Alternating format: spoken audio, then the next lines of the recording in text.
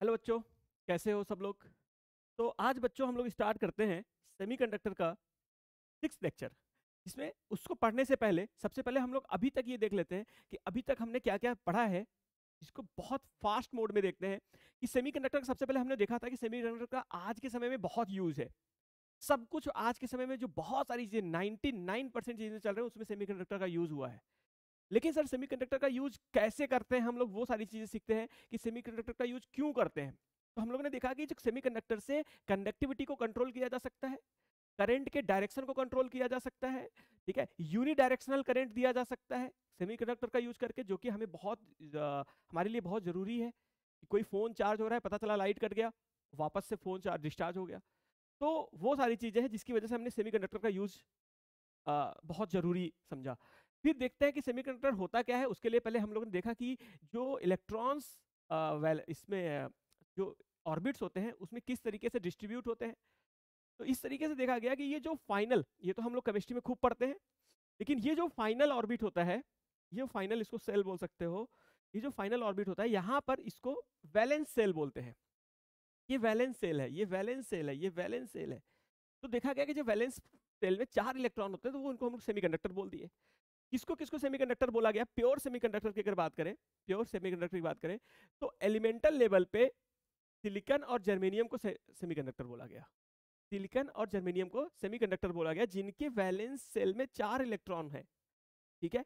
इसके बाद कुछ कंपाउंड सेमीकंडक्टर भी आए जिसमें कि हम लोग बहुत सारे ये इनऑर्गेनिक और ऑर्गेनिक सेमीकंडक्टर आए। ये एनसीईआरटीज की लाइन है, इसे लिखा हुआ है, बस एक बार हमें समझ लेना है, ठीक है। ये भी कुछ एनसीईआरटीज की ही लाइन है जिसमें कि हमें ये समझना है कि ये क्या है। रजिस्टिविटी दिया हुआ है कंडक्टर का, सेमीकंडक्टर का और इंसुलेटर का, ठीक है।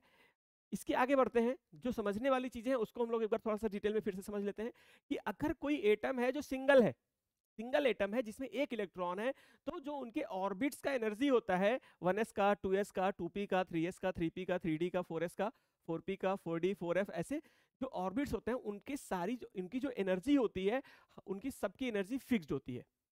एक एटम यहाँ पे हाइड्रोजन लाइक एटम है मान लो, उसका जो 1s का एनर्जी होगा और यहाँ पर जो हाइड्रोजन लाइक एटम है उसका जो 1s का एनर्जी होगा, दोनों का सेम होगा। लेकिन जब हम इनको पास लाते हैं तो आपस में इंट्रैक्शन की वजह से, electron electron interaction, electron proton interaction, nucleus के आपस के बीच में जो इंट्रैक्शन होता है उसकी वजह से इनकी जो ऑर्बिट्स होते हैं, इनकी ऑर्बिट्स की एनर्जी थोड़ी थोड़ी, किसी किसी ऑर्बिट्स की एनर्जी ये हो जाती है, किसी की ऑर्बिट की एनर्जी ये हो जाती है, किसी की ये, एग्जैक्टली ये नहीं रहती है। ये एनर्जी है आइसोलेटेड एटम की, सिंगल एटम विद 1 इलेक्ट्रॉन बोल सकते हैं या आइसोलेटेड एटम बोल सकते हैं। ये जैसे ही क्रिस्टल बनता है और पास पास आता है तो जो उनके ऑर्बिट्स की एनर्जी है वो थोड़ा ऊपर थोड़ा नीचे, थोड़ा ऊपर थोड़ा नीचे, तो किसी का एनर्जी ऊपर चला जाता है, किसी का नीचे। तो इस तरीके से अब एक एनर्जी नहीं मिलता है, किसी का एनर्जी ये है, किसी का एनर्जी ये है, किसी का एनर्जी ये है, किसी का एनर्जी ये है, इस तरीके से ये हो गया एक एनर्जी बैंड मिलता है, ठीक है। 3p का एक एनर्जी बैंड मिलता है, इसी तरीके से 3s का एक एनर्जी बैंड मिलता है, 2p का एक एनर्जी बैंड मिलता है। लेकिन ये उन्हीं ज्यादातर मैक्सिमम उन्हीं सेल्स का होगा जो ऐसा समझो कि जो सबसे आउटर मोस्ट सेल्स हैं, ठीक है। तो उनका ही ये होगा। जो इनर सेल्स हैं, जो इनर ऑर्बिट्स हैं, उन पे कोई बहुत ज्यादा फर्क, बहुत ज्यादा कोई फर्क इंटरेक्शन का नहीं पड़ेगा, ठीक है। तो इसको हम लोग बोलते हैं एनर्जी बैंड।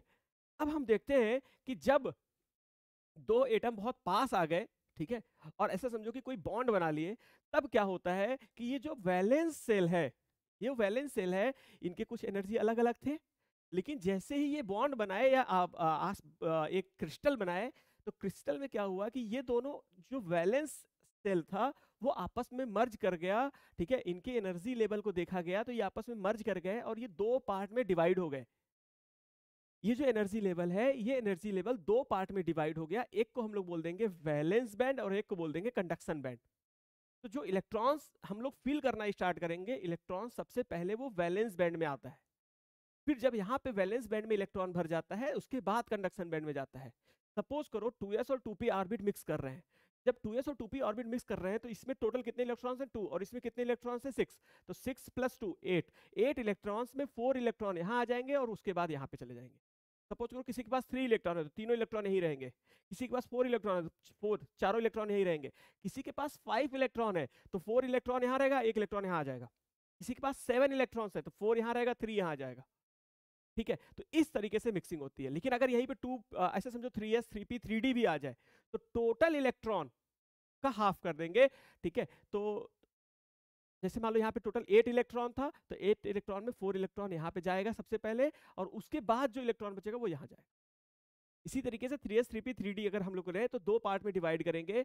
टोटल इलेक्ट्रॉन्स को सबसे पहले हम लोग वैलेंस बैंड में भरेंगे, उसके बाद हम कंडक्शन बैंड में भरेंगे। ठीक है, आगे बढ़ते हैं, आगे बढ़ते हैं। फिर हम लोग ने देखा कि जो वैलेंस बैंड है और कंडक्शन बैंड है उनके बीच में एक एनर्जी गैप है। जो वैलेंस बैंड के इलेक्ट्रॉन्स हैं और जो कंडक्शन बैंड के इलेक्ट्रॉन्स हैं, इनके बीच की एक एनर्जी गैप है। देखो यहाँ पर एक मान लो किसी की एनर्जी ये है और किसी की एनर्जी ये है, किसी की एनर्जी ये है, किसी ये इसका मैक्सिमम है और ये इसका मिनिमम है। इनके बीच का जो एनर्जी गैप है इसको बोलते हैं फॉरबिडन एनर्जी गैप, इसको बोलते हैं फॉरबिडन एनर्जी गैप। ठीक है, इस तरीके से हो जाएगा, और ये मैंने अभी समझा दिया आपको। आगे बढ़ते हैं। वैलेंस बैंड और कंडक्शन बैंड, ये जो वैलेंस बैंड होता है इसके इलेक्ट्रॉन मूव नहीं करते। इसके इलेक्ट्रॉन्स जो हम करंट जो देखते हैं, जो करंट पढ़ते हैं हम, ठीक है, उस करंट में जो इलेक्ट्रॉन मूव करते हैं वो इलेक्ट्रॉन मूव करते हैं कंडक्शन बैंड के, वो इलेक्ट्रॉन कंडक्शन बैंड के मूव करते, वैलेंस बैंड के इलेक्ट्रॉन मूव नहीं करते। ठीक है, तो ये हमें समझना चाहिए। इसके बाद हम लोगों ने देख लिया कि difference between conductor, semiconductor and insulator. जो वैलेंस बैंड और कंडक्शन बैंड है, जो वैलेंस बैंड और कंडक्शन बैंड है वो देखो कंडक्टर पे क्या होता है कि दोनों बैंड के बीच कोई एनर्जी नहीं होती है। वैलेंस बैंड से इलेक्ट्रॉन कंडक्शन बैंड में चला जाता है, कंडक्शन बैंड से वैलेंस बैंड में, वैलेंस बैंड से कूदता है, इससे कोई फर्क नहीं पड़ता। इलेक्ट्रॉन कोई फर्क नहीं पड़ रहा है वैलेंस बैंड से इलेक्ट्रॉन, जब वैलेंस बैंड से कंडक्शन बैंड में जाना होगा तो उसको एनर्जी का नीड नहीं है। इसी तरीके से कभी कभी ऐसा देखा गया कि कंडक्शन बैंड इवन ओवरलैप भी कर जाता है, ओवरलैप भी कर जाता है। जबकि अगर हम सेमीकंडक्टर की बात करें तो कंडक्शन बैंड और वैलेंस बैंड के बीच में कुछ एनर्जी गैप होता है, वो लगभग 3 इलेक्ट्रॉन वोल्ट से कम होता है। अब जब वैलेंस बैंड से कंडक्शन बैंड में जाना होगा तो वो इलेक्ट्रॉन को एनर्जी देना पड़ेगा। तो मान लो सपोज करो रूम टेम्परेचर पे कुछ इलेक्ट्रॉन्स यहाँ से एनर्जी लेकर यहाँ चले जाते हैं। ठीक है, तो जैसे जैसे टेम्परेचर बढ़ाएंगे तो यहाँ से इलेक्ट्रॉन यहाँ पे मूव करते जाएंगे, मूव करते जाएंगे। लेकिन अगर इंसुलेटर की बात करें तो इंसुलेटर में जो एनर्जी गैप है बहुत ज्यादा होता है। इंसुलेटर में ये जो एनर्जी गैप है वो बहुत ज्यादा होता है, 3 इलेक्ट्रॉन वोल्ट से भी ज्यादा होता है। तो यहाँ वैलेंस बैंड से कंडक्शन बैंड में इलेक्ट्रॉन का ट्रांसफर बहुत टफ है, जिसकी वजह से वहां पर कोई भी करंट फ्लो नहीं होता है, इसीलिए इसको बोलते हैं इंसुलेटर। और ये एनर्जी गैप है इसको हम लोग SC/λ से निकाल सकते हैं। लैम्डा क्या है भाई, जो फोटोन यहाँ पे जो इलेक्ट्रॉन को जो एनर्जी दोगे फोटोन के थ्रू, उस फोटोन का वेवलेंथ है। ठीक है, अच्छा अब बात करते हैं कि रूम टेम्परेचर पे क्या होता है। सेमीकंडक्टर में रूम टेम्परेचर पे क्या होता है कि यहाँ से इलेक्ट्रॉन कूद के कंडक्शन बैंड में चला जाता है। रूम टेम्परेचर पे वैलेंस बैंड से इलेक्ट्रॉन कूद के कहाँ चला जाता है, कंडक्शन बैंड में। वही चीज अगर हम बात करें रूम 0 डिग्री केल्विन पे, 0 डिग्री केल्विन पे इलेक्ट्रॉन कूद के यहाँ तो नहीं जा पाता है, लेकिन कूद के जहां तक जाता है उस लेवल को बोलते हैं फर्मी लेवल। बस ये एनसीईआरटी की लाइन है, इसको ध्यान रखना है कि 0 डिग्री केल्विन पे जब इलेक्ट्रॉन कूद के जो मैक्सिमम लेवल तक जहां तक जा पाता है उसको बोलते हैं फर्मी लेवल। ठीक है सॉरी। फिर ये कुछ क्वेश्चंस हैं, इस क्वेश्चंस को हम लोग सॉल्व कर लेंगे एक बार रिपीट करके। आते हैं फटाफट देखते हैं क्या है, कॉन्सेप्ट के बारे में बात करते हैं सिर्फ, फिर देखते हैं इफेक्ट ऑफ टेम्परेचर। टेम्परेचर से क्या होता है, जब हम अगर किसी कंडक्टर की बात करते हैं तो कंडक्टर में कंडक्टर में क्या है कि जितने इलेक्ट्रॉन को वैलेंस बैंड से कंडक्शन बैंड में जाने में कोई भी एनर्जी नहीं लग रहा है। जब हम टेम्परेचर बढ़ाते हैं, ऑलरेडी वैलेंस सेल में बहुत इलेक्ट्रॉन है, वैलेंस बैंड में बहुत इलेक्ट्रॉन है, जैसे ही टेम्परेचर बढ़ाते हैं उनका रेंडमनेस बढ़ता है, और रेंडमनेस बढ़ने की वजह से, ठीक है, इलेक्ट्रॉन के बीच धक्का मुक्की बढ़ता है, जिसकी वजह से उसका रेजिस्टेंस बढ़ता है, उसमें कंडक्ट करना थोड़ा टफ हो जाता है। मतलब ऐसा समझो उसका कंडक्टिविटी कम होता है और रेजिस्टिविटी बढ़ता है। भाई करंट सोचो कह रहा है कि जैसे टेम्परेचर बढ़ाओगे इलेक्ट्रॉन भागने लगे, दौड़ने लगे, रेंडमनेस बढ़ गया, बहुत इलेक्ट्रॉन है, रेंडमनेस बढ़ गया, बहुत भीड़ है, सपोज करो अगर वो एक लाइन से जा रहे हैं प्रॉपर तरीके से बहुत आसानी से निकल जाएंगे, लेकिन बहुत सारे लोग इधर, कोई इधर भाग रहा है, कोई इधर भाग रहा है, कोई सामने से आके टकरा जा रहा है, वहां पर तुम्हें फ्लो करना, वहां पर रेजिस्टेंस ज्यादा हो गया, वहां पे कंडक्टिविटी आसान नहीं है, तो रेजिस्टेंस ज्यादा हो गया, तो टेम्परेचर बढ़ाने से कंडक्टर में रेजिस्टेंस बढ़ता है। जबकि सेमीकंडक्टर में क्या होता है कि सेमीकंडक्टर में वैलेंस बैंड से इलेक्ट्रॉन कंडक्शन, पहले तो कंडक्शन बैंड में इलेक्ट्रॉन ही कम था, तो टकराएंगे क्या?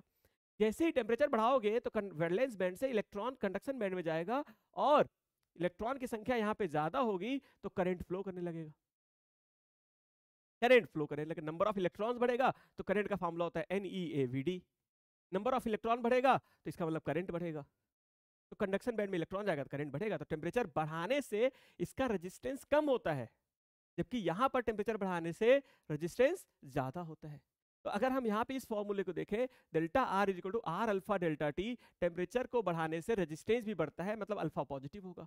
टेम्परेचर को बढ़ाने से रेजिस्टेंस कम होता है, टेम्परेचर को बढ़ाने से रेजिस्टेंस कम होता है, इसका मतलब यहाँ नेगेटिव होना चाहिए, तो अल्फा नेगेटिव होगा। किसके लिए अल्फा नेगेटिव होगा भाई? कल किसके लिए? सेमी कंडक्टर और इंसुलेटर के लिए अल्फा नेगेटिव होगा। अल्फा क्या है? अल्फा है टेम्परेचर कोफिशिएंट ऑफ रेजिस्टेंस। आगे बढ़ते हैं, आगे बढ़ते हैं। ये कुछ क्वेश्चंस हैं, इसको हम लोग कर लेंगे, देख लेंगे, एक बार सॉल्व कर लेंगे फिर से, ठीक है, एक बार रिवाइज कर लेंगे।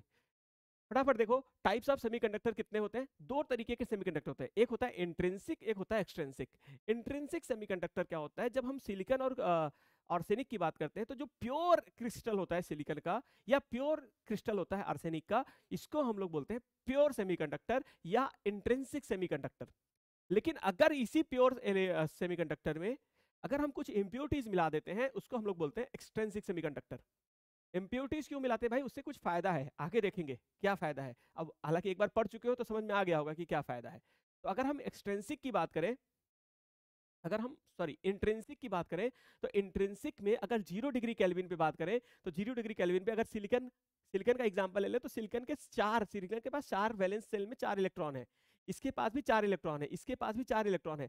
हर एक कोई अपना भाई, क्योंकि टोटल 8 इलेक्ट्रॉन चाहिए उनको स्टेबल होने के लिए, तो 4 इलेक्ट्रॉन खुद का और 4 इलेक्ट्रॉन पड़ोसी का लेकर बॉन्ड बनाकर बहुत बढ़िया स्टेबल है, कोई दिक्कत नहीं है, 0 डिग्री केल्विन पे मस्त जीवन जी रहे हैं।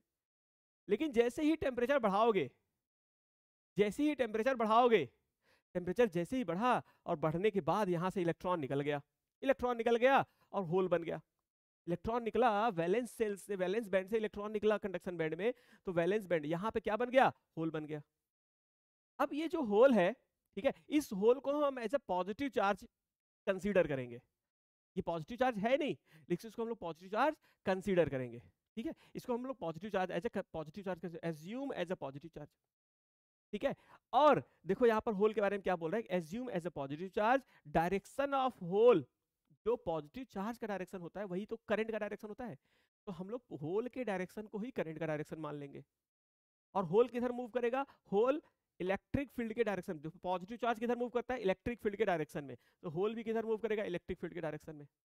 होल का जो इफेक्टिव मास होगा, उसको ऐसा माना जाता है, ऐसा देखा जाता है कि ऐसा, मतलब एक्चुअली बस क्वेश्चन को सॉल्व करने के लिए ऐसा मान लेते हैं कि जो इसका इफेक्टिव मास होगा वो इलेक्ट्रॉन से ज्यादा होगा। जैसे प्रोटॉन का इफेक्टिव मास इलेक्ट्रॉन से ज्यादा होता है, वैसे ही हम लोग मान लेते हैं कि होल का जो मास होगा वो इलेक्ट्रॉन से ज्यादा होगा। लेकिन जो मोबिलिटी है, किसकी मोबिलिटी ज्यादा होगी भाई, इलेक्ट्रॉन की या होल की? तो होल जो है ना वो कहाँ मूव करता है? कंडक्शन बैंड में, और कंडक्शन बैंड के जो इलेक्ट्रॉन्स है वो बॉन्डेड होते हैं, वहां पर होल को मूव कराना टफ है, क्योंकि वो कंडक्शन बैंड में है, वहां पे सारे इलेक्ट्रॉन ऑलरेडी बाउंडेड हैं, वो बॉन्ड से जुड़े हुए हैं किसी न किसी से, तो वहां पर होल को मूव कराना टफ है। जबकि इलेक्ट्रॉन्स जो होते हैं, जो इलेक्ट्रॉन मूव करते हैं, वो कंडक्शन बैंड में मूव करते हैं, और वो फ्री इलेक्ट्रॉन्स होते हैं, तो उनका मूव करना आसान है, इसीलिए मोबिलिटी इलेक्ट्रॉन का ज्यादा होता है और होल का कम होता है, ठीक है। कुछ फॉर्मूले हैं जो बहुत ज्यादा अभी काम नहीं आने वाले हैं, लेकिन हाँ एक बार देख लो, एक दो क्वेश्चन फंस जाएंगे। आगे बढ़ते हैं, आगे बढ़ते हैं। जैसे यहाँ पे देखो, तो ये क्या है कि होल कैसे मूव करता है वो सीखते हैं। तो अगर यहाँ पे पहले से एक होल है, मान लो ये इलेक्ट्रॉन निकल के किसी टी टेम्परेचर पे इलेक्ट्रॉन निकल के यहाँ आ चुका है, वो फ्री हो चुका है। अब यहाँ वाला इलेक्ट्रॉन यहाँ चला गया तो होल यहाँ आ गया, फिर यहाँ वाला इलेक्ट्रॉन यहाँ चला गया तो होल यहाँ आ गया, ठीक है, होल होल यहाँ आ जाएगा, देखो होल यहाँ आ गया, इसका मतलब होल यहाँ से चला यहाँ और फिर यहाँ से चला यहाँ, तो होल मूव किया, ठीक है, इसको एज्यूम करते हैं कि होल मूव किया, ठीक है। तो होल जो है वैलेंस बैंड में मूव करता है, जो जो मैंने बोला वही यहाँ पे लिखा हुआ है। आगे बढ़ते हैं, मास एक्शन लॉ क्या कहता है? मास एक्शन लॉ ये कहता है कि जितने भी, जैसे सपोज करो सेमीकंडक्टर है, तो जितने होल होंगे प्योर सेमीकंडक्टर में, ध्यान से समझना, प्योर सेमीकंडक्टर में जितने होल होते हैं उतने ही इलेक्ट्रॉन्स होते हैं। जितने होल होते हैं उतने ही इलेक्ट्रॉन्स होते हैं, क्योंकि चार चार सबके पास था, सब बाउंडेड थे 0 डिग्री सेल्सियस पे, 0 डिग्री केल्विन पे। लेकिन जैसे ही टेम्परेचर बढ़ा है तो कुछ इलेक्ट्रॉन निकल के कंडक्शन बैंड में गया, तो जितने ही इलेक्ट्रॉन निकल के गए उतने ही होल बन गए। तो यहां देखा गया कि जितने इलेक्ट्रॉन उतने होल, तो नंबर ऑफ इलेक्ट्रॉन और नंबर ऑफ होल क्या होंगे? बराबर। Number of electron per unit volume, number of hole per unit volume बराबर होंगे। Ni क्या है? ये है number of charge per unit volume, number of charge per unit volume. तो यहां पर मास एक्शन लॉ का एक फॉर्मूला आता है कि Ni square is equal to Ne into NH। और अभी हमने देखा कि इंट्रिंसिक के लिए Ni और NH क्या होंगे? बराबर होंगे। तो अगर ये दोनों बराबर हैं तो यहाँ पे Ne लिख दो, Ne इंटू Ne स्क्वायर हो जाएगा, Ne इंटू Ne स्क्वायर हो जाएगा। तो Ni का square is equal to Ne का square, Ni is equal to हो जाएगा Ne। ये इंट्रिंसिक के लिए है। लेकिन अब बात करते हैं कि अगर ये जो इसमें करंट फ्लो करता है, कैसे फ्लो करता है? तो इसमें जो करंट फ्लो करता है, जब हम किसी बैटरी से जोड़ देते हैं, किसी सेमीकंडक्टर को किसी बैटरी से जोड़ देते हैं, तो ये जो पॉजिटिव टर्मिनल है, यहां से इलेक्ट्रिक फील्ड इधर, ये बैटरी क्या करता है, इसमें एक इलेक्ट्रिक फील्ड जनरेट कर देता है या पोटेंशियल जनरेट कर देता है। इसकी वजह से क्या होता है कि यहां से इलेक्ट्रिक फील्ड इस तरीके से इस सेमीकंडक्टर में इलेक्ट्रिक फील्ड जनरेट हो चुका है। अब जो होल है वो इलेक्ट्रिक फील्ड के डायरेक्शन में मूव करेगा, और जो इलेक्ट्रॉन है वो इलेक्ट्रिक फील्ड के अपोजिट में मूव करेगा। ठीक है, तो होल इधर मूव करेगा और इलेक्ट्रॉन इधर मूव करेगा। तो इलेक्ट्रॉन जिधर मूव करता है उसके अपोजिट में करंट का डायरेक्शन होता है, इलेक्ट्रॉन के डायरेक्शन के अपोजिट करंट का डायरेक्शन होता है। तो इलेक्ट्रॉन की वजह से जो करंट आएगा वो इधर आएगा, और होल की वजह से जो करंट आएगा, क्योंकि होल का डायरेक्शन और करंट का डायरेक्शन सेम होता है, तो दो होल का डायरेक्शन IH इधर हो जाएगा और IE इधर हो जाएगा, और दोनों को जोड़ देंगे तो टोटल I आ जाएगा। तो total I is equal to हो जाएगा IE प्लस IH। और I क्या लिखेंगे? NEA VD, NEA VD। और दोनों ये बराबर होते हैं, लेकिन लेकिन ये तो बराबर होंगे, ये तो बराबर होते हैं, लेकिन लेकिन लेकिन लेकिन लेकिन लेकिन एक मिनट,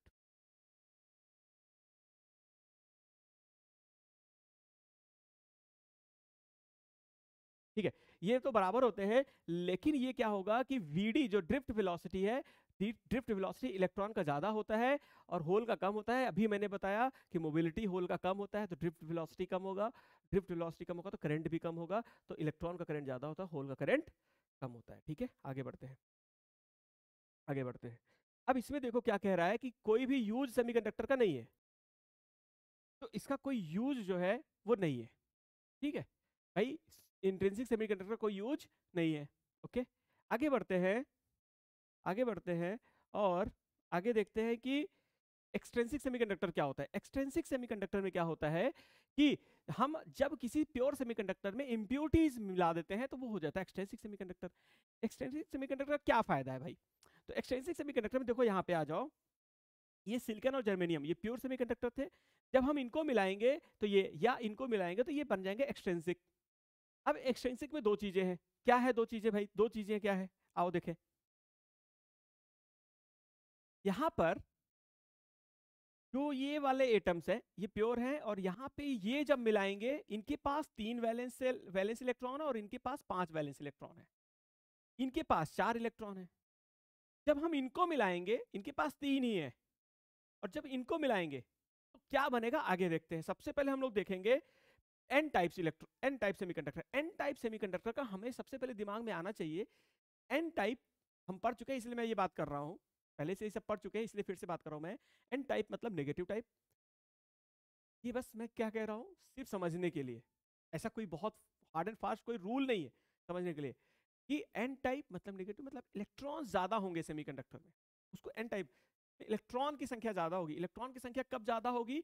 जब हम 5 वाले मिलाएंगे, क्योंकि सिलिकॉन के पास ऑलरेडी 4 हैं, जब हम 5 वाले मिलाएंगे एटम्स को, एलिमेंट्स को, तब वहां पर इलेक्ट्रॉन की संख्या ज्यादा हो जाएगी।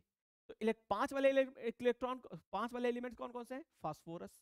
ठीक है, फास्फोरस है, तो फास्फोरस को जब हम मिलाएंगे तो इसके पास 5 इलेक्ट्रॉन है, 5 इलेक्ट्रॉन में ये 4 के साथ तो बॉन्ड बना लेगा, इसके पास 8 हो गया, स्टेबल हो गया। एक इलेक्ट्रॉन को छोड़ दिया, एक इलेक्ट्रॉन को छोड़ दिया तो ये पॉजिटिव चार्ज आ गया इसके पास, और ये इलेक्ट्रॉन फ्री हो गया।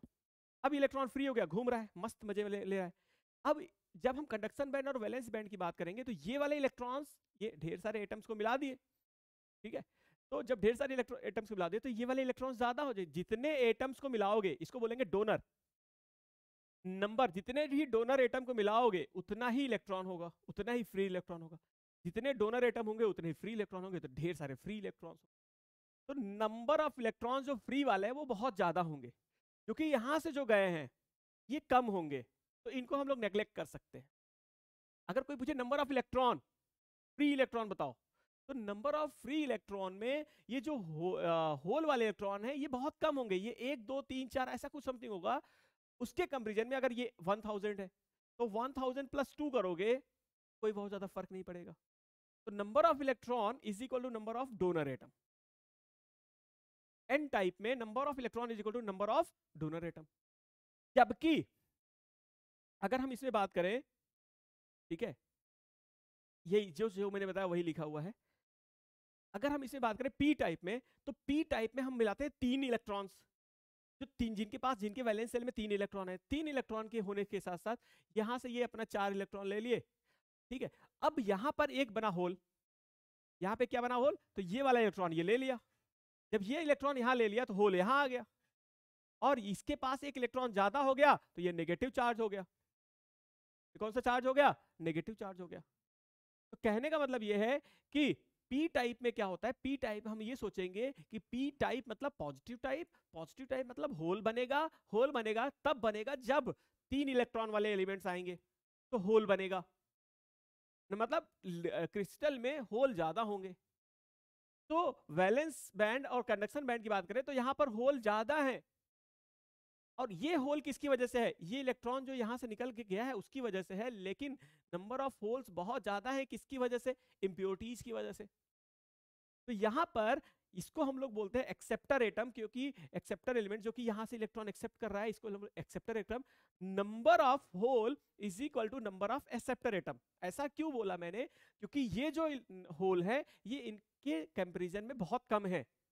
अगर तुमसे कोई टोटल नंबर ऑफ होल पूछे, सपोज करो इनकी वजह से 2 है और इंप्योरिटीज की वजह से 10,000 है, तो 10,000 प्लस 2, 10,000 प्लस 10, 10,000 प्लस 100, कोई फर्क नहीं पड़ा। तो हम लोग क्या बोलेंगे, 10,000 10,000, तो ये हो जाएगा 10,000 इलेक्ट्रॉन, ये होल हो जाएंगे। तो ये जो 10,000 होल है किसकी वजह से है, एक्सेप्टर की वजह से है। इसीलिए हम लोग बोलते हैं number of acceptor atom is equal to number of hole, या number of hole is equal to number of acceptor atom. ठीक। नंबर ऑफ इलेक्ट्रॉन कोई पूछ देगा फ्री, तो तब तो ये बोल देंगे कि हाँ 2 ही फ्री हैं, 10 ही फ्री हैं, 100 ही फ्री हैं, क्योंकि नंबर ऑफ फ्री इलेक्ट्रॉन्स कहां से ये निकल के गए हैं, यहाँ होल से। आगे बढ़ते हैं, ठीक है। अब मास एक्शन लॉ यहाँ पे बड़ा इंपॉर्टेंट रोल करता है। मास एक्शन लॉ जो होता है Ni square is equal to Ne into NH। Intrinsic में तो कोई दिक्कत ही नहीं है, दोनों बराबर होते हैं, खत्म काम कहानी। पी टाइप में क्या होता है कि क्वेश्चन में कभी भी ये नहीं बोलेगा कि number of electron is this, number of hole is this. P type में उसको पता है कि पी टाइप मतलब पॉजिटिव टाइप, पॉजिटिव टाइप मतलब होल ज्यादा होंगे, तो एक्सेप्टर एटम होगा तो नंबर ऑफ एक्सेप्टर दे देगा, नंबर ऑफ होल नहीं देगा, नंबर ऑफ एक्सेप्टर देगा। जब नंबर ऑफ एक्सेप्टर दे देगा वही तो नंबर ऑफ होल के बराबर है, तो नंबर ऑफ होल के बराबर है, नंबर ऑफ होल रख दो, नंबर ऑफ ई रख दो, आई आ जाएगा। वैसे ही एन टाइप में उसको पता है, एन टाइप मतलब नेगेटिव टाइप, इलेक्ट्रॉन ज्यादा होंगे, और इलेक्ट्रॉन ज्यादा होंगे मतलब number of electron is equal to number of donor atom. तो जितने नंबर ऑफ, वो क्वेश्चन में नंबर ऑफ डोनर एटम देगा, नंबर ऑफ इलेक्ट्रॉन नहीं देगा, तो नंबर ऑफ डोनर को ही हम लोग क्या मान देंगे, नंबर ऑफ इलेक्ट्रॉन। ठीक है, तो ये चीजें हो गई। आगे बढ़ते हैं, आगे बढ़ते हैं, और ये कुछ क्वेश्चंस हैं इसको हम लोग सॉल्व कर लेंगे। अब जो सबसे इंपॉर्टेंट जो आज के लेक्चर में हम लोग पढ़ने जाए, हम लोग पढ़ेंगे, अभी तक ये क्या था, रिवीजन है, ये सारी चीजें क्या है, रिवीजन है। अब हम यहां से स्टार्ट करेंगे आज कल कहानी, आज के एपिसोड में हमें क्या पढ़ना है। अब तक ये रहा, अब तक के एपिसोड में क्या हुआ, ठीक है। अब हम यहां से स्टार्ट करेंगे कि अब की कहानी में हमें क्या पढ़ना है। तो हमें अभी तक पढ़ा कि सर एक बात बताओ, हमें जब हमें प्योर सेमीकंडक्टर यूज किया तो प्योर सेमीकंडक्टर में उसका कोई यूज नहीं है सर, क्यों, क्योंकि उसकी करंट, उसमें करंट बहुत कम फ्लो कर रहा है। बहुत अच्छी बात, हमने इंप्योरिटीज मिलाया और उसके कंडक्टिविटी को बढ़ा दिया। इंप्योरिटीज मिलाने से इलेक्ट्रॉन बढ़ गया एन टाइप में, और पी टाइप में होल बढ़ गया, तो करंट बढ़ गया। करंट, इंप्योरिटीज मिलाने से करंट बढ़ गया, मतलब इसका ऐसे समझो कि रेजिस्टेंस कम हो गया। बहुत अच्छी बात है सर, करंट बहुत बढ़िया है, अच्छा है। लेकिन सर जब हमारे पास ऑलरेडी कंडक्टर है, अगर हमें सिर्फ और सिर्फ करंट को ही फ्लो कराना है तो हमारे पास ऑलरेडी कंडक्टर है ना, तो हम सेमीकंडक्टर का यूज क्यों करें? अभी तक तो आप कह रहे हैं सर सेमीकंडक्टर से हम करंट को कंट्रोल कर सकते हैं, सेमीकंडक्टर से क्या बोलते हैं यूनिडायरेक्शनल करंट ला सकते हैं, वो कैसे कर सकते हैं वो बताओ। ये चीजें तो हम कंडक्टर का यूज करके, भाई हमें अगर करंट ही फ्लो कराना है, अगर हमें करंट ही फ्लो कराना है तो हम कंडक्टर का यूज कर लेंगे, सेमीकंडक्टर का क्यों यूज? अब हम समझेंगे कि सेमीकंडक्टर का असली जो यूज है वो कहां पे है, असली जो सेमीकंडक्टर का यूज है वो कैसे है, वहां से हम लोग सीखेंगे PN junction diode. PN junction diode से हम लोग ये सीखेंगे कि सेमीकंडक्टर का, अब यहां से सीखेंगे यूज क्या है। पीएन जंक्शन डायोड में हम लोग दो सेमीकंडक्टर को मिलाएंगे, पीएन जंक्शन डायोड में हम लोग दो सेमीकंडक्टर को मिलाएंगे, ठीक है। पीएन जंक्शन डायोड में सॉरी ठीक है, तो फ्लो थोड़ा गड़बड़ हो गया, खांसी कफ एंड कोल्ड हो गया था ना, उसकी वजह से जरा। तो चलो अब फिर हम लोग देखेंगे कि पीएन जंक्शन डायोड में हम लोग क्या करेंगे, दो सेमीकंडक्टर को मिलाएंगे, दो सेमीकंडक्टर को मिलाएंगे। देखो कैसे मिलाएंगे भाई, ये देखो एक सेमीकंडक्टर यहाँ पे, यहाँ से ऐसे समझ, इस तरफ हमने लिख दिया पी टाइप का और इधर लिख दिया एन टाइप का, ठीक है, इधर पी टाइप इधर एन टाइप। पी टाइप में क्या होता है, पी टाइप में क्या होता है भाई, पी टाइप में होल ज्यादा होते हैं, ठीक है, तो पी टाइप में होल ज्यादा होते हैं, चलो टाइप में होल ज्यादा है, पी टाइप में होल ज्यादा है, ठीक है, होल ज्यादा है, होल तो ज्यादा है, लेकिन यहाँ पर कौन सा एलिमेंट्स होता है, अगर हम एलिमेंट की बात करें तो boron negative, B negative, B negative, यहाँ पे क्या होता है B negative, B negative, B negative, मैं सिर्फ नेगेटिव लिख दूं ऐसे, ऐसा हर जगह क्या होता है बी नेगेटिव, ये तो एटम फिक्स्ड है, बी नेगेटिव,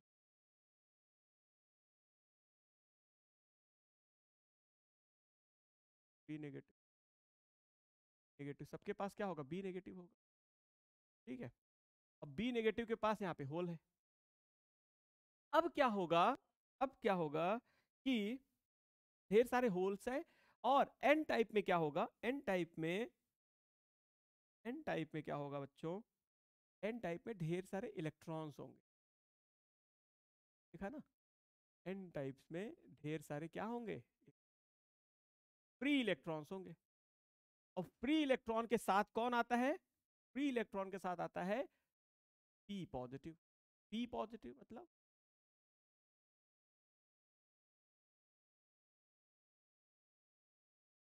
ये आ गया, ठीक है, इस तरह से ढेर सारे पी पॉजिटिव, ये हो गया बोरान, ये हो गया फास्फोरस, ये पी पॉजिटिव। अब होगा क्या कि जैसे ही हम इसको टच कराए, जैसे ही हम इसको मिलाएंगे, तो यहां से ये इलेक्ट्रॉन यहां पे आएगा, ये जो इलेक्ट्रॉन है, ये इलेक्ट्रॉन चल के यहां आ जाएगा, ये इलेक्ट्रॉन चल के यहां आ जाएगा, ये आ गया, ये वाले इलेक्ट्रॉन यहां आ गए, ये इलेक्ट्रॉन, ये इलेक्ट्रॉन यहां आ गया, ये इलेक्ट्रॉन यहां आ गया। अब ये जो आ गया, तो ये इलेक्ट्रॉन और ये होल मिलके जीरो हो गया, इसका इसका न्यूट्रल हो गया, ये इलेक्ट्रॉन और ये होल मिलके न्यूट्रल हो गया, ये इलेक्ट्रॉन और ये होल मिलके न्यूट्रल हो गया, ये इलेक्ट्रॉन और ये होल मिलके न्यूट्रल हो गया। इसी तरीके से ये इलेक्ट्रॉन ये होल, ये इलेक्ट्रॉन ये होल, ये आपस में मिलके न्यूट्रल हो गए भाई। तो जब न्यूट्रल हो गए तो देखो कैसा कंडीशन बनेगा, जब ये न्यूट्रल हो गए तो कैसा कंडीशन बनेगा, देखो यहां पर ये तो न्यूट्रल हो गए, तो यहां पर बचेगा बी नेगेटिव, यहां पे बचेगा बी, यहां पे बचेगा बी नेगेटिव, यहां बचेगा B negative, B negative, B negative, B negative, B negative, और यहां पर जो बी नेगेटिव है, यहां पर जो बी नेगेटिव है वो क्या होगा उनका, जो बी नेगेटिव यहां पे है, इनके पास तो होल भी है ऐसा, होल नंबर ऑफ होल्स यहां पे ज्यादा है। यहां पर क्या हुआ, यहां पर कौन बचा भाई, यहां पर बचा, यहां पर कौन बचा, यहां पे बचा P, क्योंकि अब यहां से इलेक्ट्रॉन निकल चुका है, यहां से इलेक्ट्रॉन क्या हो गया है, निकल गया है, यहां से इलेक्ट्रॉन निकल गया है। यहां पे देखो तो यहां पे जो है ऑलरेडी यहां पे इलेक्ट्रॉन्स हैं, अभी यहां पे इलेक्ट्रॉन्स हैं, ये इलेक्ट्रॉन नहीं जा पाए अभी, क्यों नहीं जा पा रहे, देखो ध्यान से समझे। अब क्या होगा कि ये पॉजिटिव चार्ज, ये पॉजिटिव चार्ज और ये नेगेटिव चार्ज की वजह से इस रीजन में, इस रीजन में इस पॉजिटिव चार्ज और इस नेगेटिव चार्ज की वजह से एक इलेक्ट्रिक फील्ड इंड्यूस होगा। इस पॉजिटिव चार्ज और नेगेटिव चार्ज की वजह से एक इलेक्ट्रिक फील्ड इंड्यूस होगा, क्योंकि एक तरफ पॉजिटिव चार्ज है और एक तरफ नेगेटिव चार्ज है, तो क्या होगा, एक इलेक्ट्रिक फील्ड इंड्यूस होगा, ऐसा एक इलेक्ट्रिक फील्ड इंड्यूस होगा। अब ये जो इलेक्ट्रिक फील्ड इंड्यूस होगा, अब देखो क्या होता है, जब ये इलेक्ट्रॉन इधर जाना चाहेगा, देखो अगर ये इलेक्ट्रॉन इधर जाना चाहेगा तो ये इलेक्ट्रिक फील्ड की वजह से, ये जो इलेक्ट्रॉन है, अगर ये इलेक्ट्रॉन इधर जाना चाहेगा तो इस इलेक्ट्रिक फील्ड की वजह से फोर्स इधर लगेगा, अब बोलेगा भाई जब निकल, अब नहीं जाना है, खत्म, रोक देगा, अब नहीं जाना है। खुद का तो इलेक्ट्रॉन यहां चला गया, अब दूसरे को नहीं जाने देना है, दूसरे को नहीं जाने देना है। इसी तरीके से जो होल यहां पे है, अगर होल इधर जाना चाहेगा तो इलेक्ट्रिक फील्ड इसको इधर धक्का देगा कि नहीं भाई इधर नहीं जाना है। अब ये हो गया बाउंड्री, ये एक लेयर बन गया, इस लेयर को बोलते हैं डिप्लेशन लेयर। इस लेयर को बोलते हैं डिप्लेशन लेयर। कैसे बना, पूरा प्रोसेस समझ में आया कि यहां से इलेक्ट्रॉन तो चला गया, लेकिन यहां पॉजिटिव छोड़ गया, यहां पॉजिटिव, यहां नेगेटिव, यहां नेगेटिव छोड़ गया। इस पॉजिटिव और इस नेगेटिव वजह से एक इलेक्ट्रिक फील्ड इंड्यूस हो गया। अब ये इलेक्ट्रिक फील्ड यहां से यहां पे, ये इलेक्ट्रिक फील्ड यहां से इलेक्ट्रॉन अब नहीं जाने देगा, अभी तो चला गया, लेकिन अब नहीं जाने देगा। तो ये जो इलेक्ट्रॉन यहां से यहां गया, ये जो इलेक्ट्रॉन यहां से यहां गया, ठीक है, तो जब इलेक्ट्रॉन यहां से यहां जा रहा था, देखो ध्यान से, जब ये इलेक्ट्रॉन इधर से इधर जा रहा था, एन से पी जा रहा था, इधर से इधर जा रहा था, तो करंट किधर जा रहा था, इलेक्ट्रॉन के जस्ट अपोजिट डायरेक्शन में करंट होता है, इलेक्ट्रॉन के जस्ट अपोजिट डायरेक्शन में करंट का डायरेक्शन होता है, तो ये करंट का डायरेक्शन इधर हो जाएगा। इसको बोलते हैं डिफ्यूज करंट, डिफ्यूजन करंट। तो आई डिफ्यूजन जो होता है, डिफ्यूजन जो होता है वो होता है हमेशा P से N की तरफ, P से N की तरफ। डिफ्यूजन करंट समझ में आया।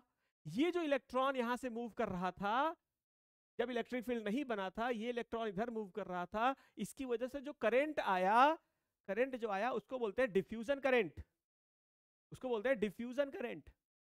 और डिफ्यूजन करंट किधर मूव करेगा, P to N, diffusion current किधर मूव करेगा, P to N।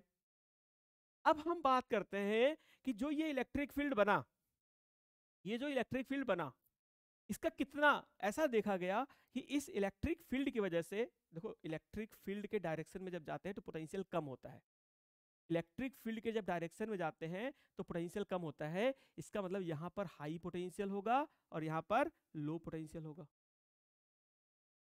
High potential और लो पोटेंशियल। इसका मतलब यह हो गया कि इनके बीच में एक क्या आ गया, पोटेंशियल डिफरेंस, जिसको हम लोग बोलते हैं delta V।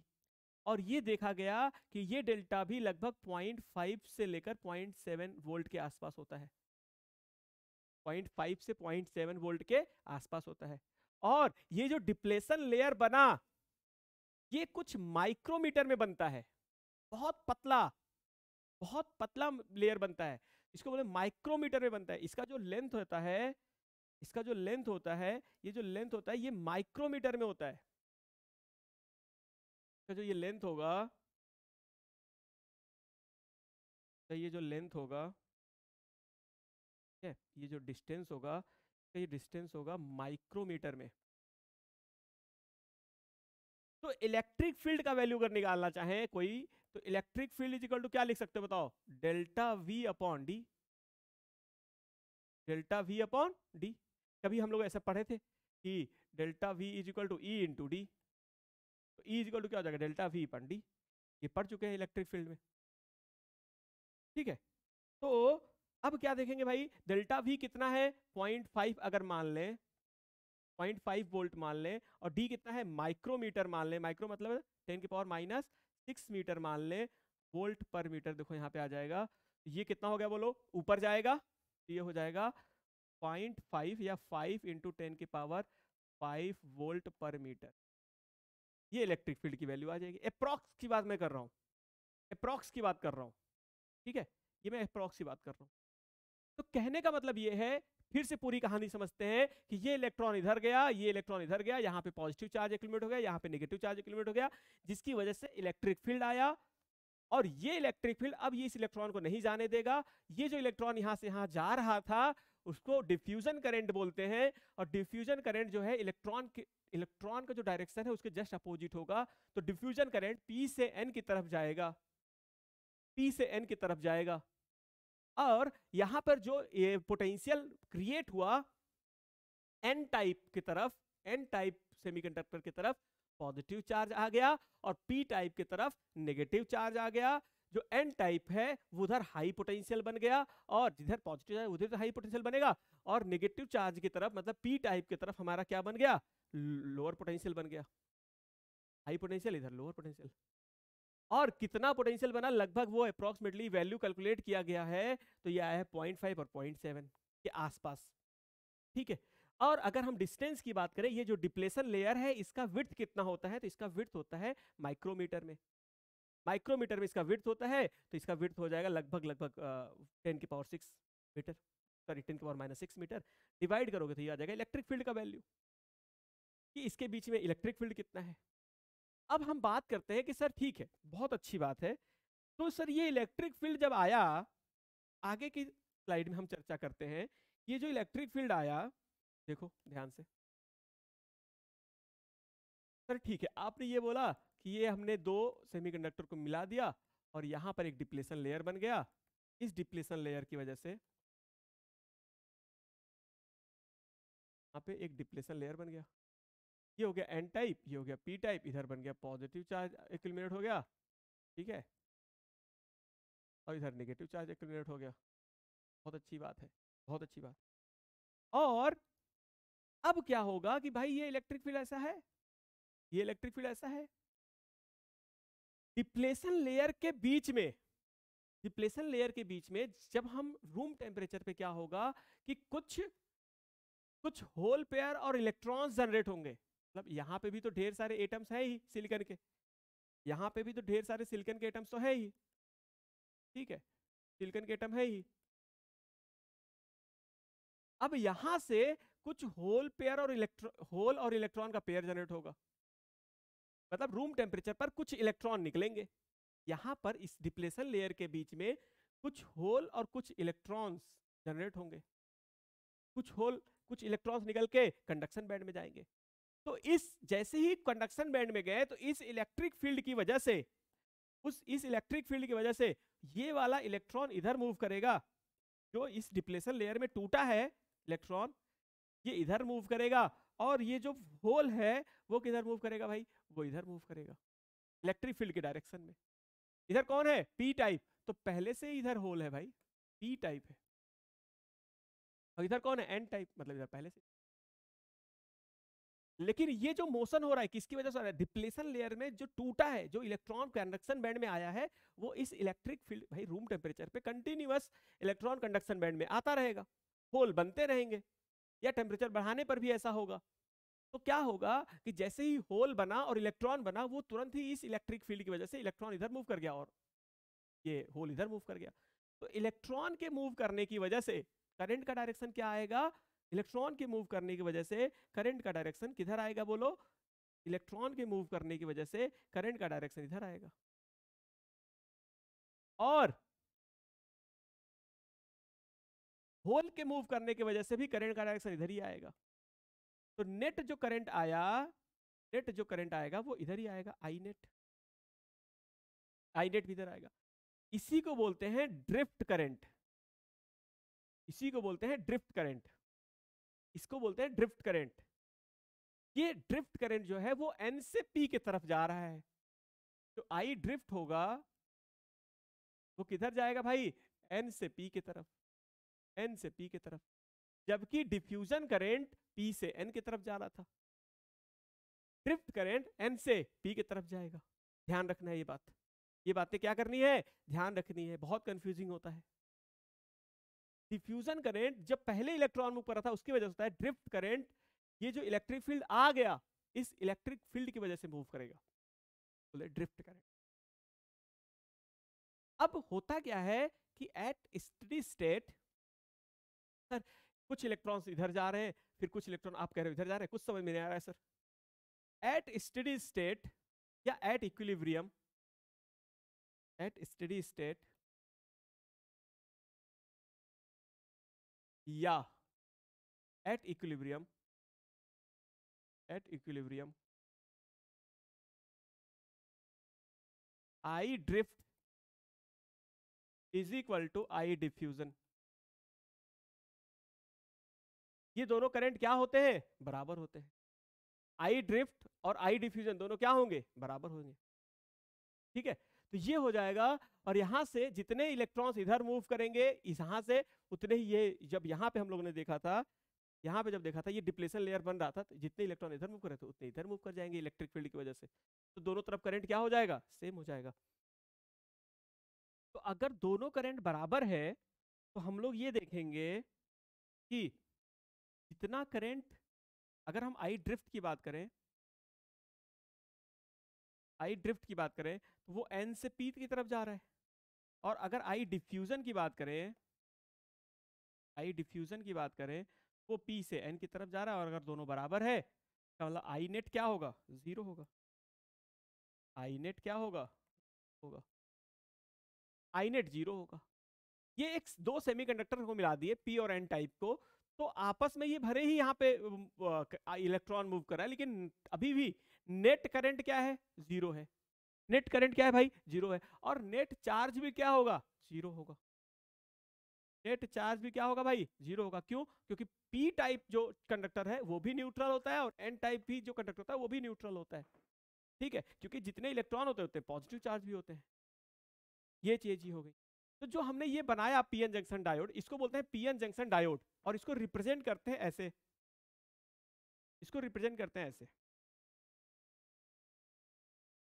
PN junction diode को ऐसे रिप्रेजेंट करते हैं, इस तरीके से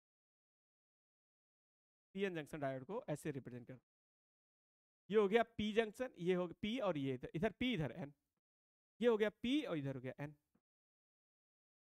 ठीक है, और जो वोल्टेज जो होता है, जो पोटेंशियल डिफरेंस होता है, इधर होता है हाई पोटेंशियल और इधर होता है लो पोटेंशियल।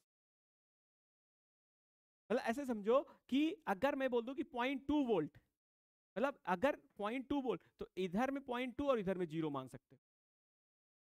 हाई पोटेंशियल अगर मैं बोलूं कि डेल्टा वी मान लो 0.2 वोल्ट है, तो इधर में 0.2 वोल्ट और इधर जीरो मान सकते हो। यहाँ पे 0.4 वोल्ट, यहाँ पे 0.2 वोल्ट मान सकते हो। यहाँ पे 0.8 वोल्ट, यहाँ पे 0.6 वोल्ट मान सकते हो।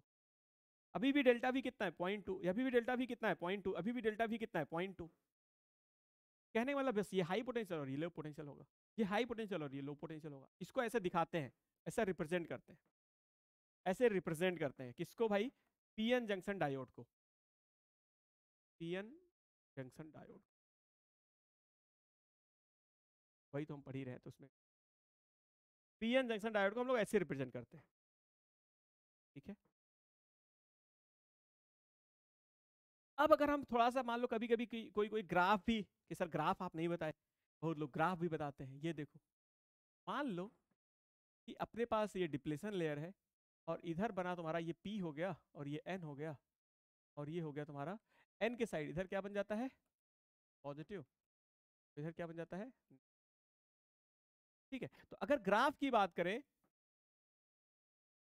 ग्राफ की बात करें, देखो कैसे बनेगा ग्राफ। तो ग्राफ ऐसा कोई फिक्स ग्राफ नहीं बनेगा भाई, जो ग्राफ है वैसा कोई फिक्स ग्राफ नहीं बनेगा। इधर मान लो P साइड है और इधर N साइड है, ठीक है, N टाइप और P टाइप। पी टाइप और एन टाइप। इधर मान लो ये हो गया चार्ज और इधर हो गया डिस्टेंस, ये डिस्टेंस यहां से ये डिस्टेंस, ठीक है, यहां से डिस्टेंस, ये डिस्टेंस, ये क्या हो गया डिस्टेंस हो गया, ये क्या हो गया डिस्टेंस हो गया।